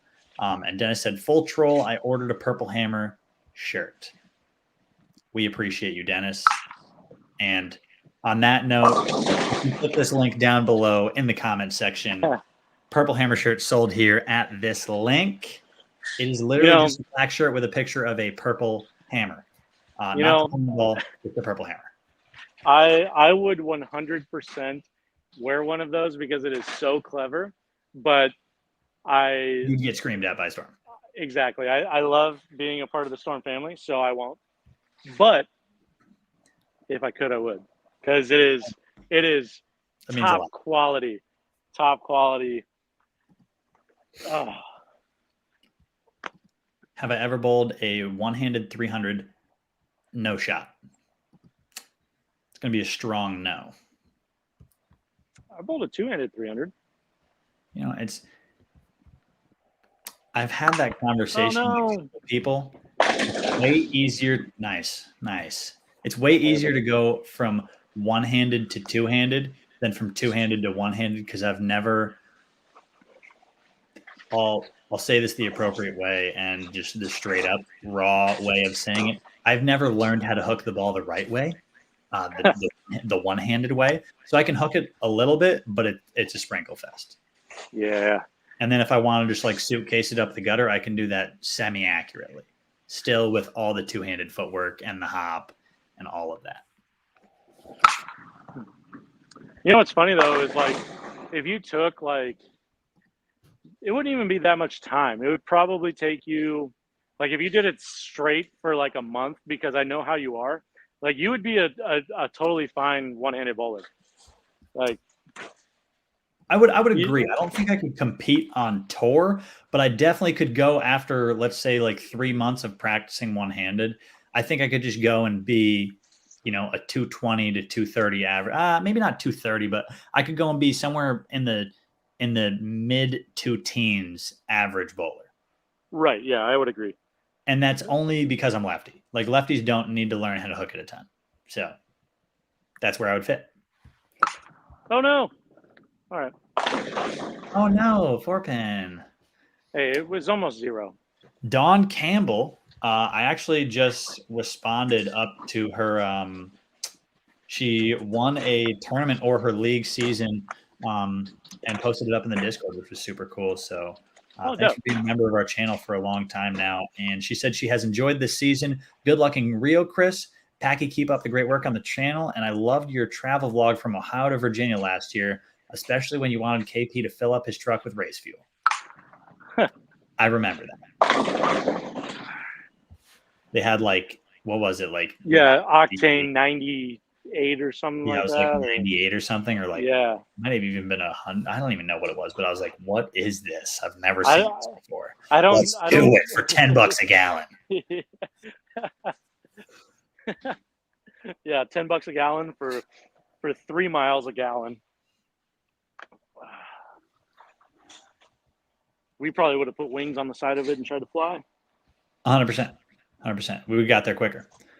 Going off the pinky and its effect on the ring finger, Packy, how does putting more weight or pressure on the middle finger change the ball motion? I tend to do that and was wondering what it does. For me, I only put a lot of pressure or weight on my middle finger when I throw my purple hammer. I don't know why. I feel like it's just because I dig in so far when I throw just urethane balls in general, not only purple hammers. I'm talking like the U motion that I used to throw all the time, the true motion, the black hammer that I used to throw, the black widow that I throw. Just urethane for me, I want to get it to hook a little more down lane because I need no help in the front part of the lane with my ball roll being as forward as it is. So I think digging in with that middle finger really helps me rotate it even more. Whereas if I put more pressure on my ring finger, it would help me roll it more, which is normally what I naturally do anyway. And I don't need help getting a urethane ball with a 400 rev rate with almost no rotation. I don't need help getting that ball to start up earlier. I need to go further down lane. I think it's funny you said 400 rev rate. Ooh, I like this. Yeah, 400. It's like 490, 520, somewhere in that range. Yeah. Dennis Friedel with a video idea for us here. Not really a video idea, but I'm going to take it and run with it. Anybody got a really big combine scores, aka your best game one-handed and your best game two-handed? That'd be a fun one to see what I could shoot for like a 2-game set, one-handed, one two-handed. Yeah, I think I would lose to any one-hander, but right, two-handers though, you got a shot. You'd have to have different categories, right? Like different positions in football, right?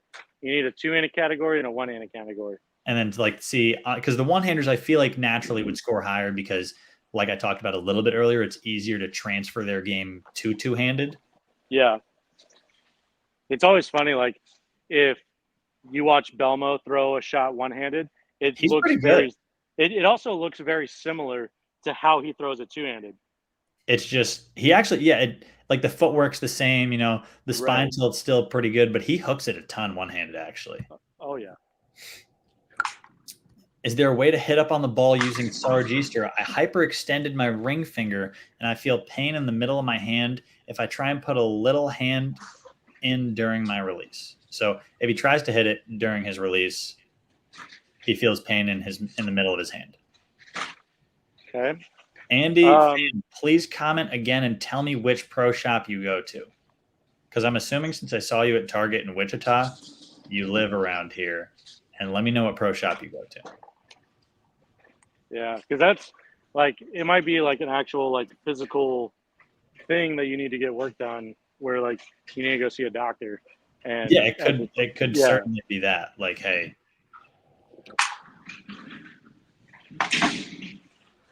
John. Yes, I'm shooting spares. John said, Kris, what's a good ball for curve? For curve? So I'm assuming a newer bowler. Yep.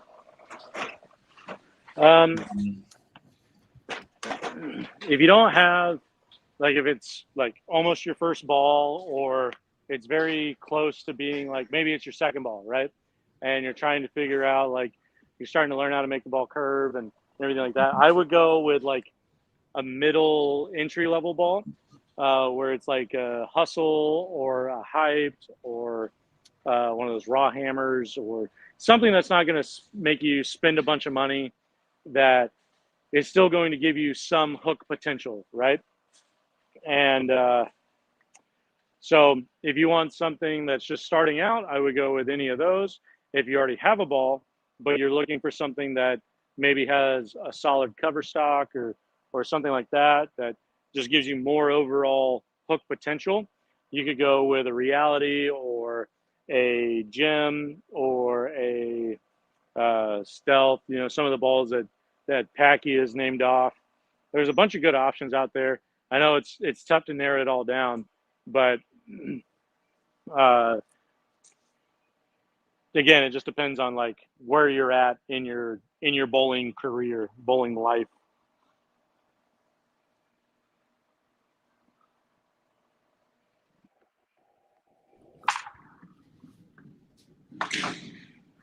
Andy Pham, North Rock and West Acres. I would say I know Austin is amazing at West Acres, and I would even go in and talk to him saying, describing your pain. Also, Justin Romick at Seneca is amazing. So if you go in there and describe the pain that you're having in your hand when you try and hook the ball, I know 99% of the time, and maybe you go in at that 1%, but 99% of the time they'll go out and watch you for a little bit and try and help you out, figure out, maybe you're squeezing it a little bit, maybe the ball doesn't fit your hand the way it should. So if you go out to them and just describe the pain that you're having, I know 99% of the time they should walk out there and help you. Austin's amazing and Justin's amazing. So I would go to one of those two guys. And if one of them is not working for you, don't be afraid to switch it up.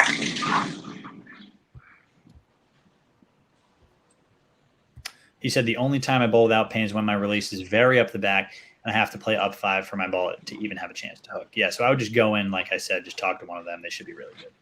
Yeah. Also, if you already have that like super drop, like conventional Sargista grip, whatever, like that could also be a part of the problem. Because you have one fingertip and one conventional, like your hand has to come out of it in a very unique way. So I would look at doing that as well, because, whenever I've always looked at it, like it's just been very interesting. Like you're not really using your ring finger, but you're trying to. And to me, it just kind of seems like backwards, I guess. I'm not really sure how to describe it other than that. I would agree. So, all right. Let's do two more questions, and then we'll get out of here, because this is another 2-hour one, because I've been bowling for a while. This is the most that I've practiced. So thank you guys for, joining me. Yikes.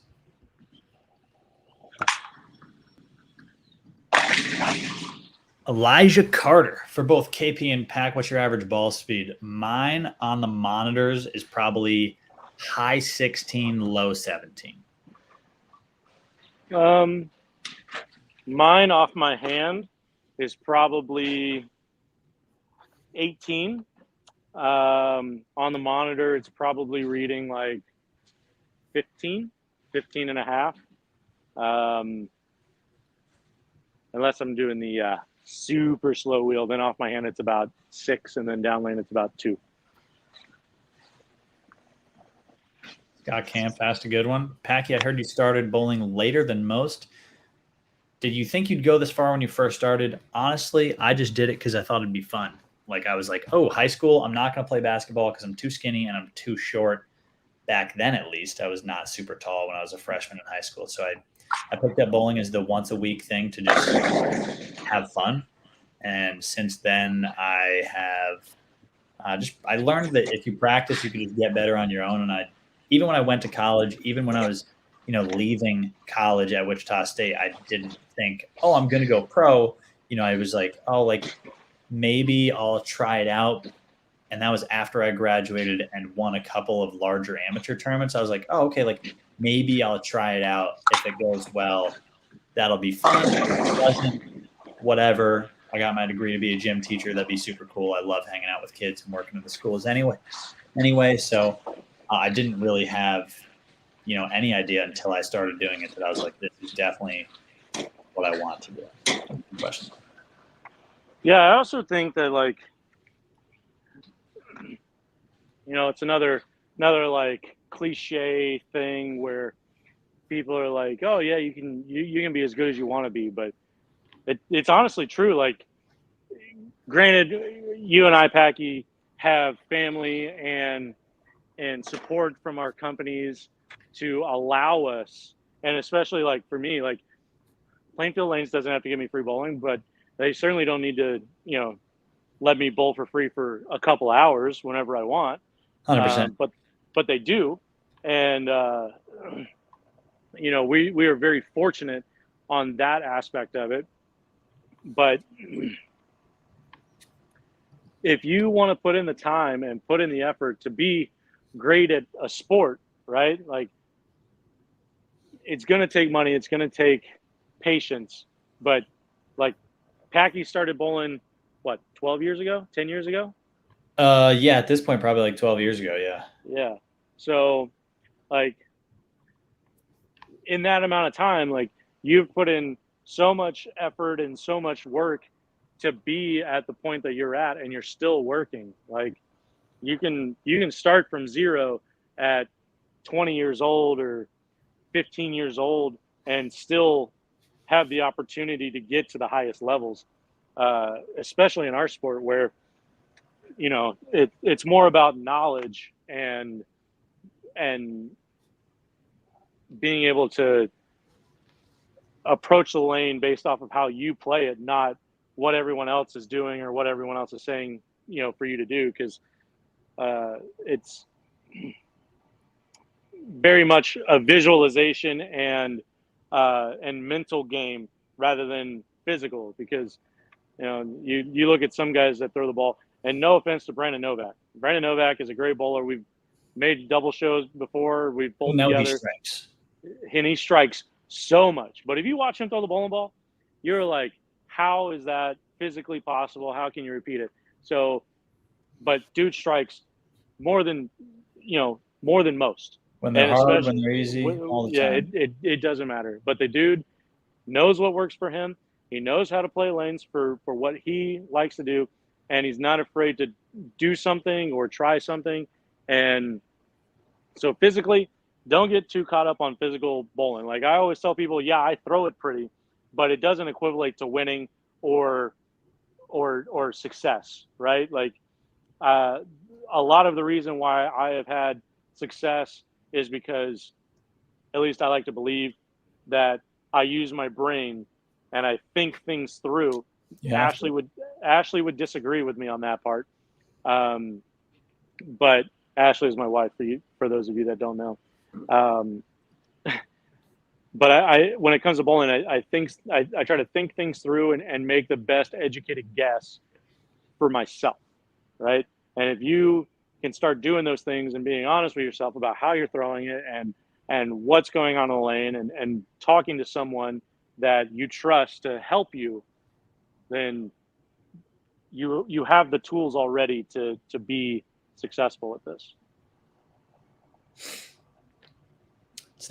It's that classic saying, like, it takes 10,000 hours to be, a professional level or an expert at something.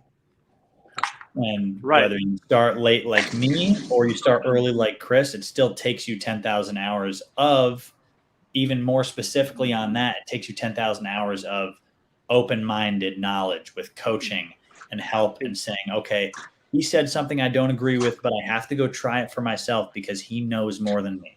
Exactly.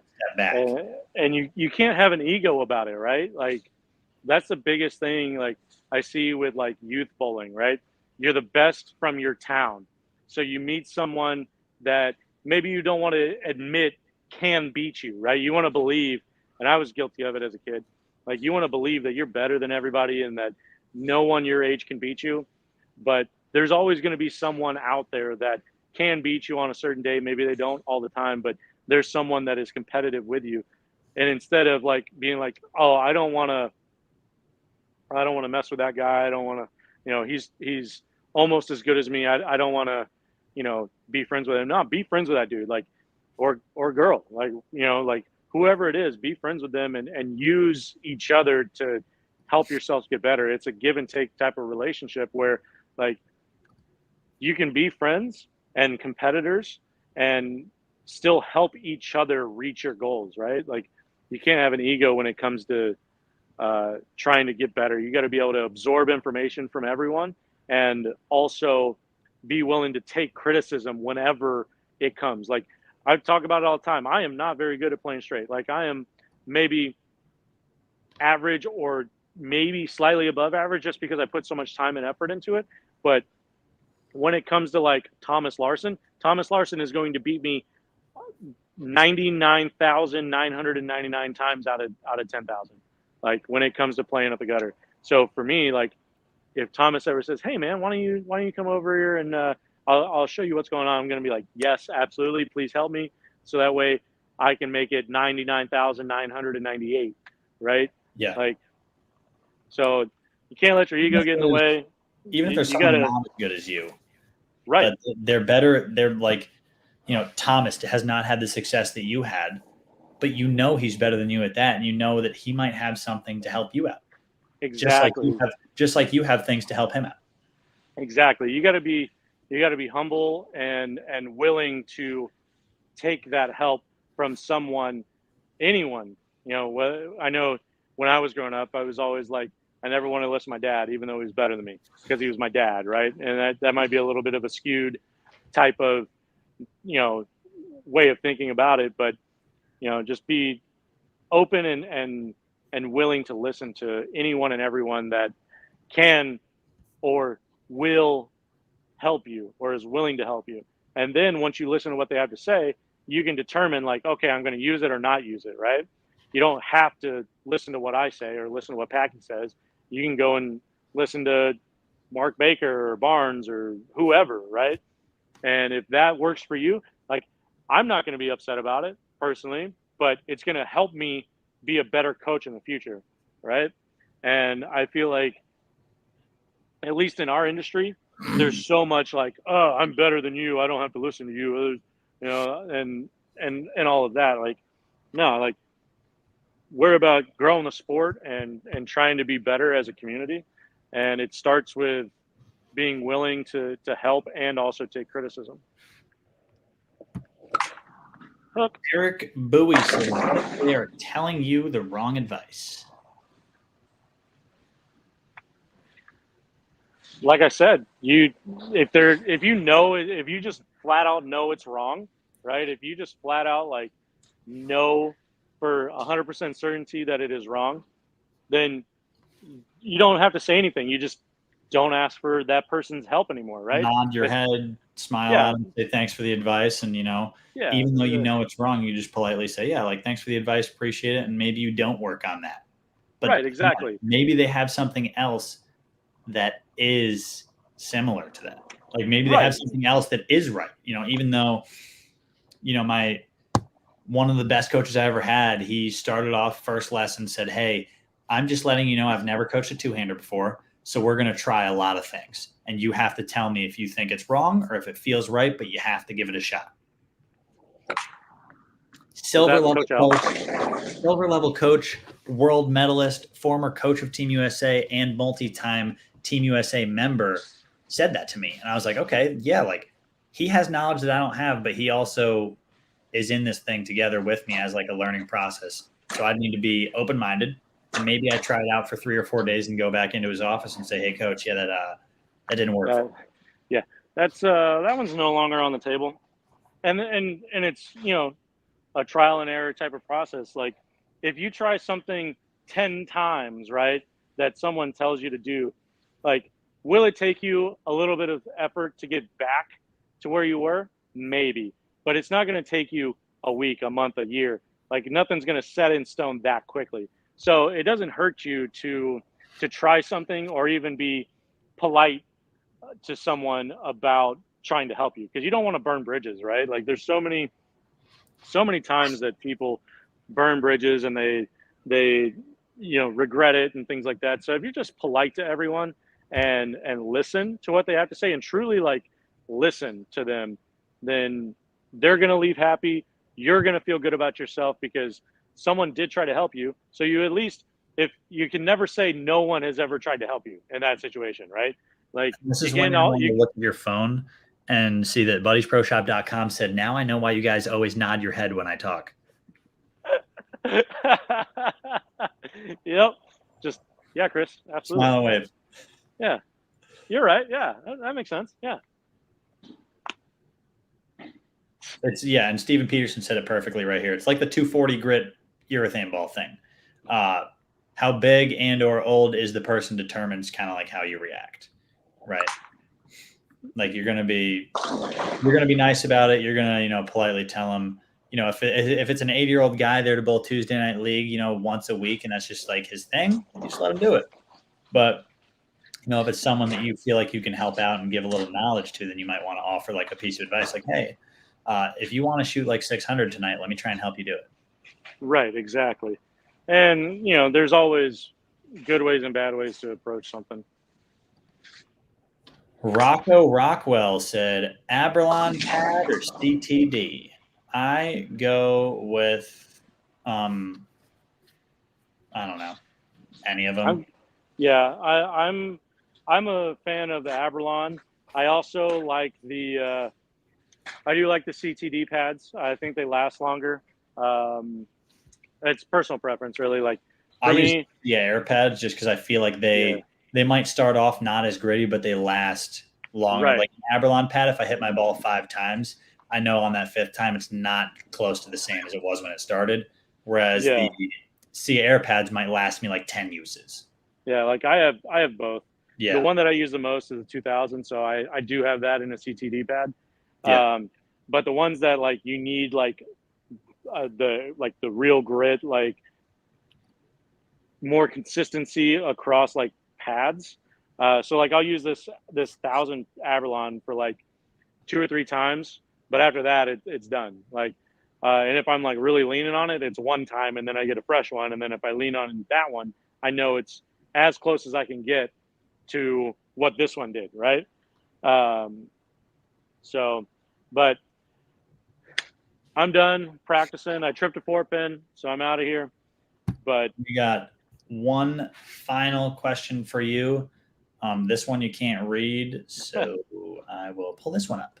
All right. Kris, I tend to be like you when it comes to being on the analytical side / have it make sense. In the times when it's rough, what do you do to regroup and reset? Now, Scott, I know for a fact, is a super talented physical bowler and maybe just missing some of the mental aspects of the game.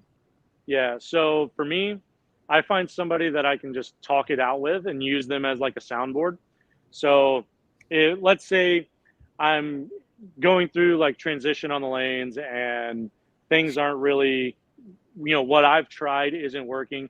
I'll go up to someone. Let's take Sean Ryan, for example. And I'm like, okay, I threw a phase 2 and it did this. It big forward, and then I moved left and it flat 10, and then I wrap my hand around it and it 4-pin. So it tells me the ball is wrong.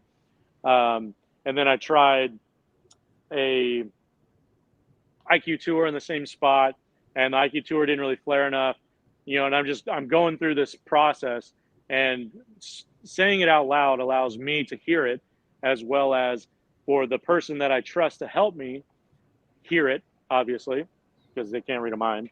And it allows both of us to, think it through while coming up with our own version of what could potentially be right. So I typically find someone I can talk to, someone I trust, and then explain to them what's happening. And if you throw it bad, tell them, hey, I threw this one bad, but it 4-pinned, or it got 6 or whatever, and I moved off of it. And, you have to tell them the whole story, so that way you're hearing it for yourself. And it's not just in your head, right? It's out there in the world, right? You can think it through more clearly instead of it just all being locked inside. So that's typically how I go about it. And it's an easy way for me to get some emotion out too, right? Because like if I'm pissed off, I can say it angrily, not towards whoever I'm talking to, but I can just be like, then I 4-pin, and then I moved, and I 10-pin, and I ball changed, and this and that, and I'm getting all that out, right? I'm getting all this excess energy out, and I'm allowing myself to get back to being a calm, chill dude like I typically am on the lanes. Basically, get angry at somebody else instead of bottling it up. Yeah. But if you're talking about months where you need to reset or regroup, like where you have like a bad couple weeks in a row, honestly, what I try and do in practice, I have like 2 things physically that always I'm doing right when it's going well. And that for me, that's like balance and I keep my arm swing a little lower. I know sometimes when my arm swing gets a little higher, my timing gets off. It doesn't come off my hands clean. So find one or two things that when you're bowling well, always feel right. And don't work with videos. I would just work on getting that feel back. And then once you get that feel back, then you're trying to just, okay, now that I have that feel, let me go bowl on something that I know I'm going to go strike on, get a little confidence back, and then take that into maybe what you normally do for practice. Yep. Confidence. Matt McNeil told the Wichita State team, a couple of years in a row, we'd practice on all these ridiculously hard patterns. And then right before we go to sectionals, right before we went to nationals, we'd go and practice on a house shot and just strike for an hour. So we don't go in thinking, oh yeah, well, we had a really rough practice. No, we threw it the same that we did all year long. It just didn't strike that day. We'd rather go somewhere where we knew we were going to strike. We were going to gain some confidence. We were going to feel better mentally and physically, even though we were throwing it the same. So go practice on some stuff that you're going to gain a little bit of confidence and be able to reset with. And then we got one more to close it out here. Chris Webb, $20 donation. Thank you so much again. Good luck on your trip, Chris. Thanks for hosting. Pack, love these. Back to work for me. So on that note, we appreciate it. Again, we have a video coming out. We have a video coming out tomorrow at 3 p.m.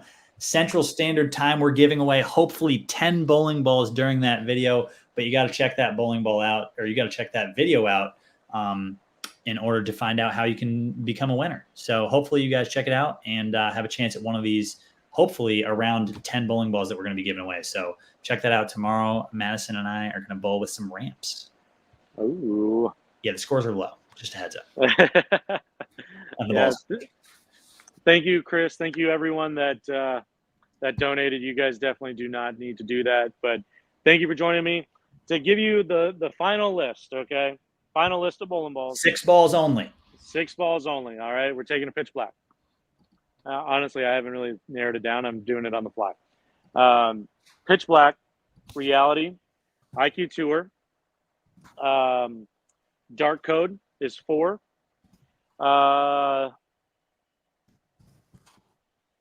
Phase 2, idle. I'm going with idle. I'm not taking the UC3. So thank you guys for joining me. Thank you for the support and helping me figure out what I'm going to take to Rio. And we'll probably do another one of these after I get back. Maybe we'll do like maybe I'll take some clips and maybe I'll make my own YouTube video. Maybe. Who knows? I know, right? It's gonna be crazy. I don't know. But again, thank you guys. Check out our merch. Go buy our shirts. Merch. Thehousebowling.com. Until the next one. See you guys.